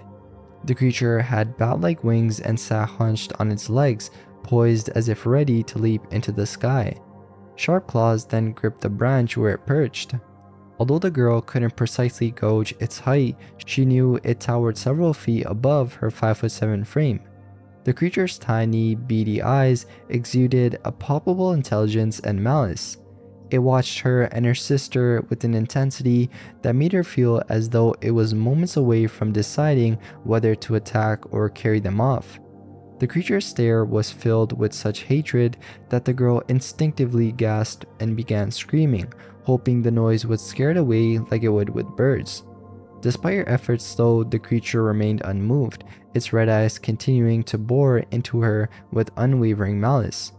Desperate, she picked up a large rock and threw it, but it had no effect.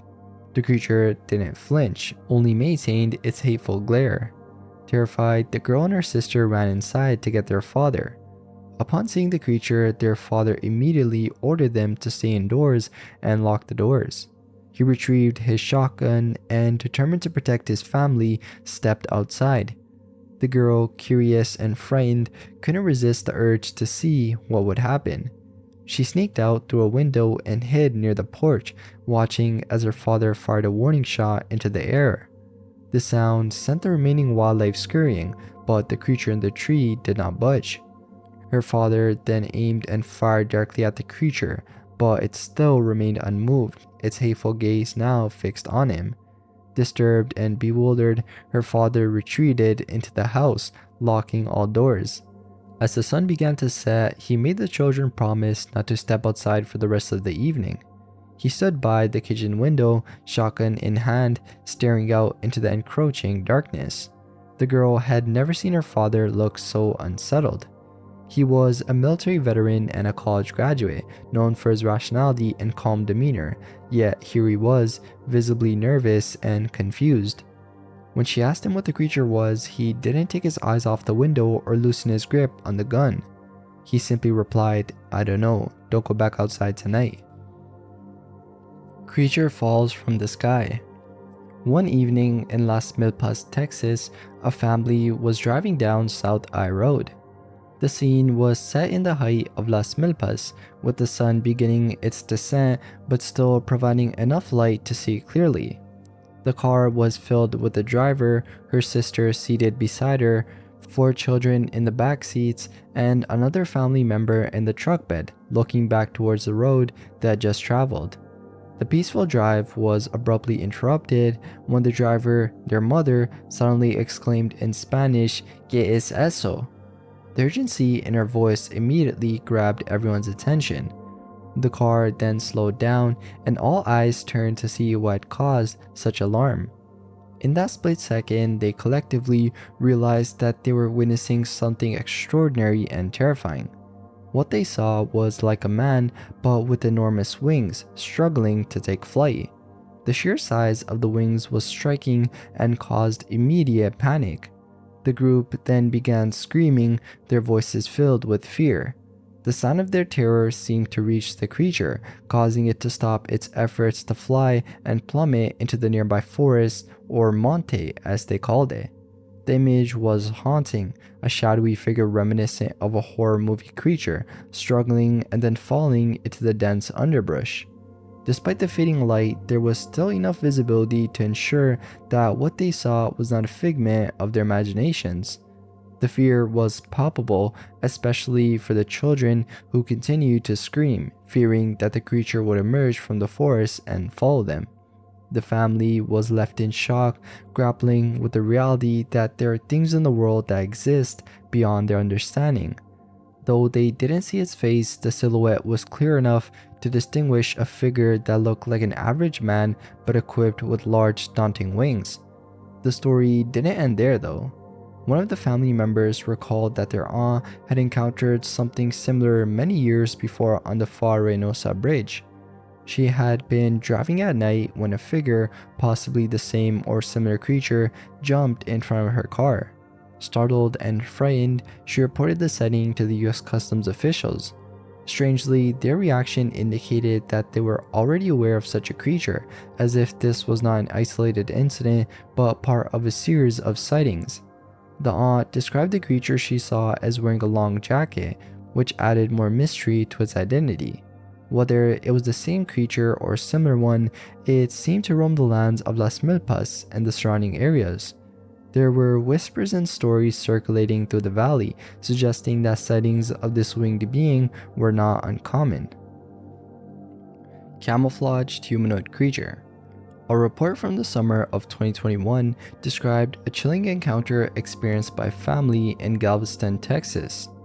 Late one night, a mother and her daughter, along with a friend, decided to visit the beach after attending a drag show. It was nearly 3 a.m. and they chose a beach access point they had never used before, as it was closer than their usual spot. The mother drove around in a circle to illuminate the area with the car's headlights before parking near a trash can close to the dunes. Immediately upon exiting the car, all three felt an inexplicable heaviness and unease, a sensation that they would later realize they had all shared.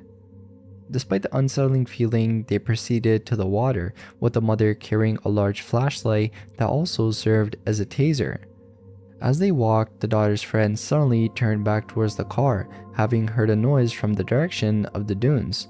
She then took the flashlight and pointed it towards the car, revealing a tall, humanoid figure standing right up against it. The figure seemed to fade away when the light hit it, only visible at the edges of the beam. When the mother shined the flashlight directly at the spot, the figure had vanished completely. This experience intensified the already overwhelming sense of dread, and they knew they needed to leave quickly. But fear kept them momentarily frozen. As they cautiously moved back towards their car, they saw the same figure crouched by the trash can, with its back turned to them. In a silent panic, they ran to the car, jumped in, and drove off as fast as they could. It took a few minutes of silent driving before the mother asked if they wanted to discuss what had just happened, at which point all three began to express their fear and confusion, with tears flowing. They described the figure as being at least 6'2" to 6'5" tall, with a slim human-like shape. Its face was blank with deep, sunken spaces where the eyes should be, and its flesh seemed to form a robe-like appearance with long, fleshy flaps instead of hands. One arm had been resting on the car, and the figure had a slouched posture, staring at them with an unnerving blankness. A night with a shadowy figure. Late one night, a man recounts his experience with an eerie figure that haunted him at his grandparents' house in South Texas. During this time, his parents worked the night shift, so he spent most of his nights at his grandparents' place. The house was in a remote area surrounded by dense woods with no neighbors for miles. He shared a bed in the living room with his cousin and aunt, as the house had a bed instead of a sofa. One night, after his cousin and aunt had fallen asleep, he remained awake with an uneasy feeling that something was watching him. Despite the sense of being watched, his eyelids grew heavy and eventually drifted off to sleep. He then woke up suddenly to the sound of the screen door being pried open. Since the door had no air conditioning, the main door was left open, with only a screen door providing a barrier to the outside. He tried to see who or what was trying to force its way in, but could only make out the door shaking. Desperately, he then attempted to wake his cousin and aunt, but neither responded. The noise then came again, followed by the distinct sound of a chair creaking outside. This chair was his grandfather's favorite, where he often sat during the day.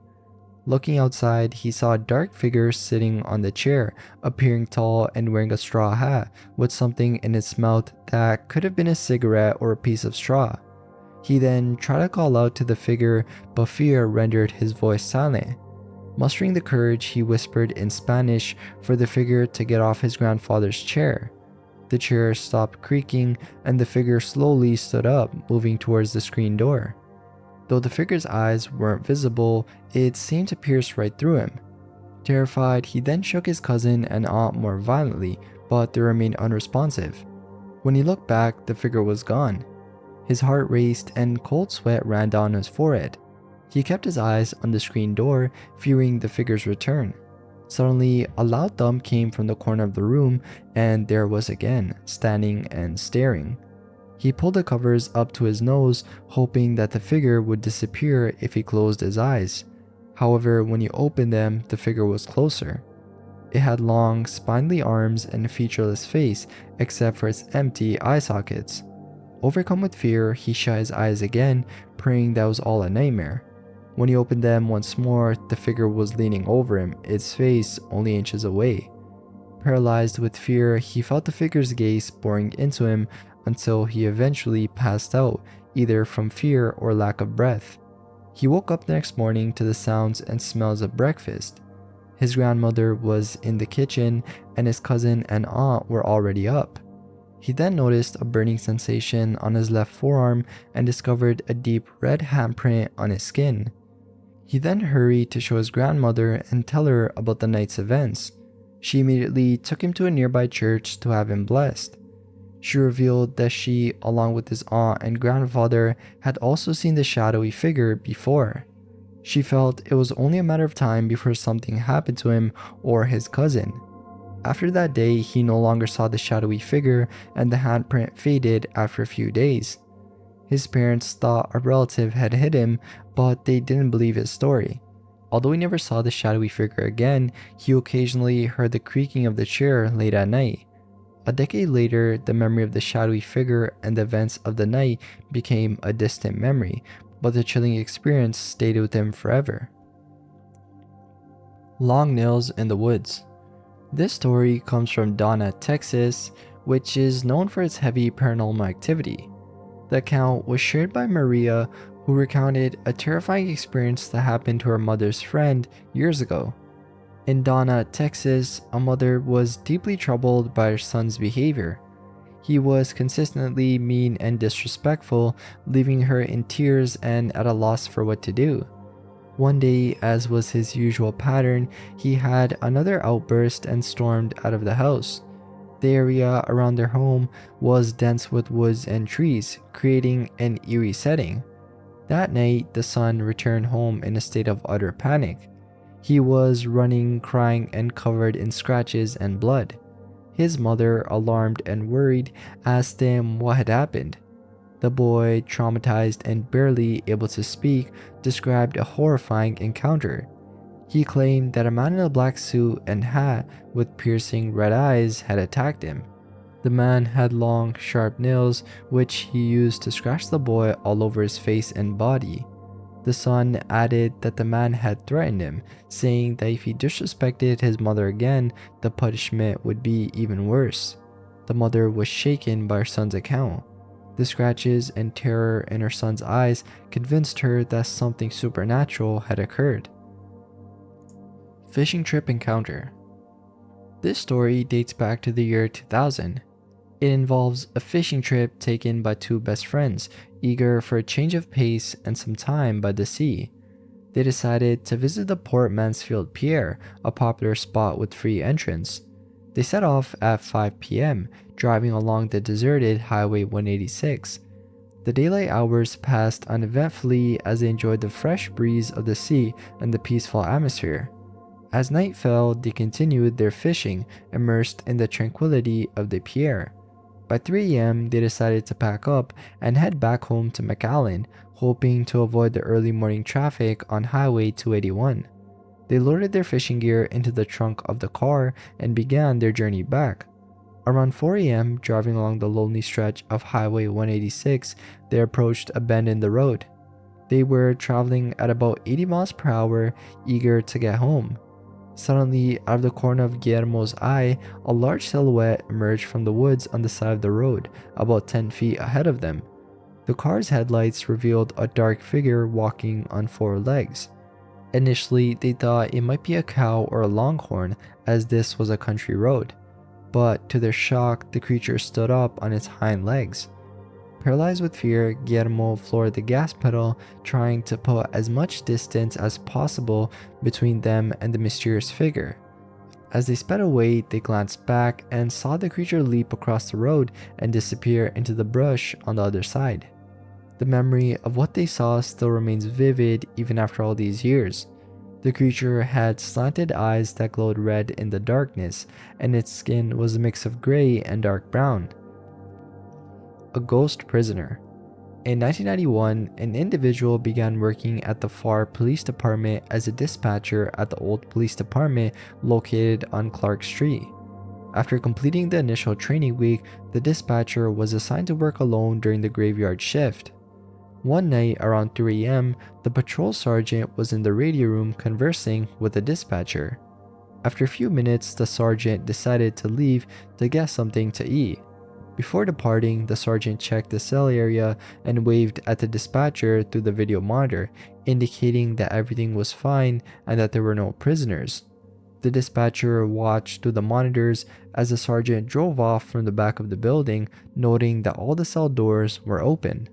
The night was exceptionally slow, with minimal radio traffic and no incoming phone calls.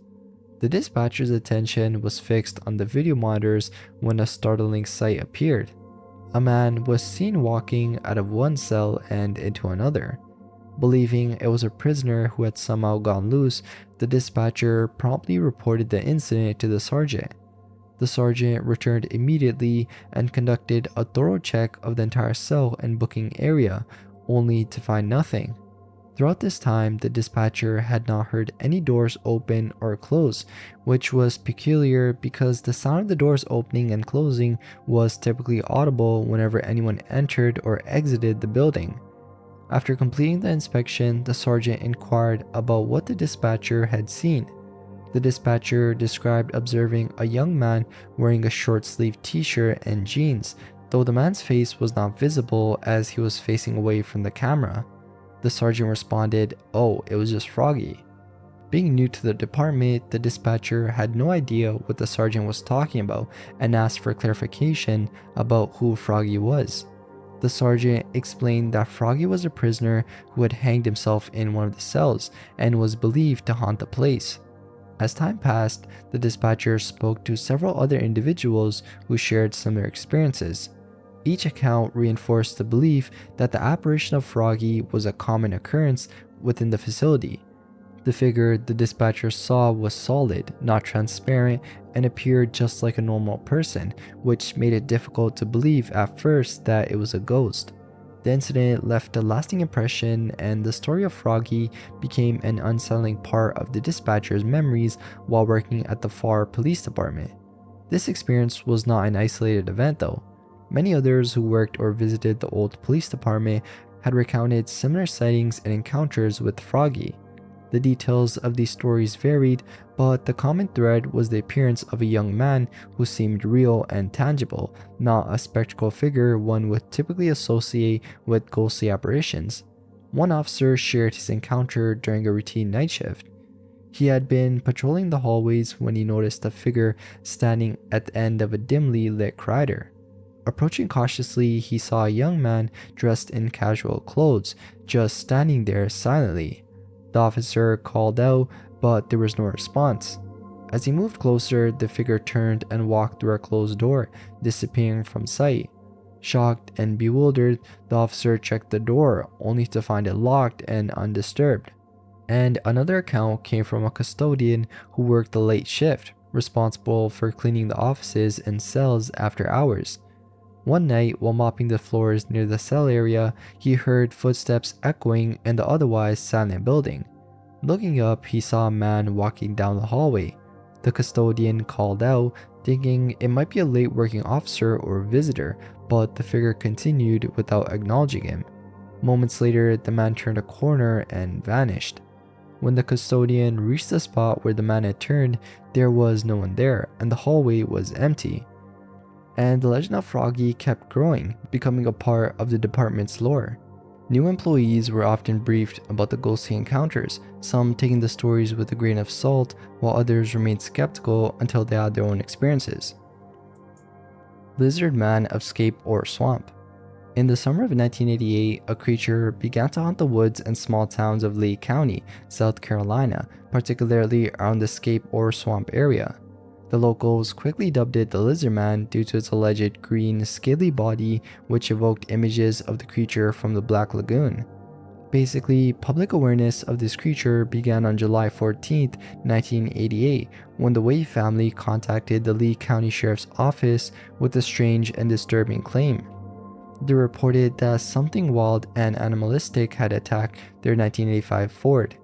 The vehicle appeared to have been clawed and possibly bitten by something large, powerful, and savage, particularly on the hood. Deputies responded despite the odd nature of the call. The ways were accurate in the report, being that the vehicle was severely damaged. Also, there were footprints in the muddy area around the car. Sheriff Liston Truesdale was then called in due to the unusual nature of the prints. Some suggested that the prints could belong to a fox or a bear, though others noted human-like qualities. News then quickly spread in the close-knit community, and locals soon gathered to see what happened. While examining the scene, they learned that people in the Browntown community had been seeing a strange creature about 7 feet tall with red eyes. Descriptions varied, with some describing the creature as green and others as brown. They suspected it might be responsible for the damage to the Waze's vehicle. This publicity prompted Chris Davis, who was 17 at the time, to come forward. His father, Tommy, had seen the media coverage and contacted Sheriff Truesdale, bringing his son to share his story. In 1988, Chris was working at a local McDonald's. On the night of June 29th, about 2 weeks before the Wade incident, Chris was on a late shift and didn't finish work until after 2 a.m. His journey home required him to take a road through the swamp, a heavily forested part. Minutes into his drive though, he had a blowout. Chris pulled up at a crossroads and, by the light of the moon, changed the tire. As he was finishing and putting his tools back into the trunk, he saw something emerge from the trees. It was large, human-like, with glowing red eyes and 3 fingers on each hand. Chris then panicked, jumped into his vehicle, and sped off. What he described next was truly terrifying though. Chris looked back and saw something running across the field towards him. It was about 25 yards away, and he saw red eyes glowing. He then ran into the car, and as he locked it, the creature grabbed the door handle. He could see it from the neck down, the 3 big fingers, long black nails, and green rough skin. It was strong and angry. Looking in his mirror, he saw a blur of green running. He could see its toes, and then suddenly it jumped on the roof of his car. Chris thought he heard a grunt and saw its fingers through the front windshield, where they curled around the roof. He then sped up and swerved to shake the creature off. The reports didn't stop there though. Sheriff Truesdale received more accounts, leading to a near X-Files style dossier being compiled. One notable account came from Johnny Blythers on July 31st, 1990. He described an event from the previous night, driving home with his mother Bertha May Blyther and 2 sisters. They were passing through the Scape or Swamp area when Johnny mentioned the Lizard Man, expressing disbelief. Shortly after, a creature jumped out of the bushes onto the road. His mother swerved to avoid it, and it seemed like the creature was going to jump on the car. Johnny's mother also provided her account, describing a big brown figure that jumped at the car window, causing her to swerve to protect her daughter. Tamasia Blythers, Bertha's daughter, also gave her statement. She described the creature as tall, brown, with a big chest and large eyes. She noted that her mother was so scared she held her heart all the way home. These encounters continued to perplex the community. Lyle Blackburn, a Bigfoot investigator, uncovered additional reports of the beast dating from 1986 to well into the 2000s. Blackburn proposed that the descriptions of the beast being brown didn't align with the reptilian nature. After conducting a personal on-site investigation, he suggested that if a Bigfoot-type creature dwelled in watery bottomlands, it might become covered in algae-rich mud or moss, explaining its green, wet-like appearance. This theory though didn't account for the three fingers, but suggested that greenish mud that has dried and cracked could give a scaly appearance. So that ends the video. Thank you all for watching. If you have any suggestions, leave in the comments, and I'll see you in the next one. Bye.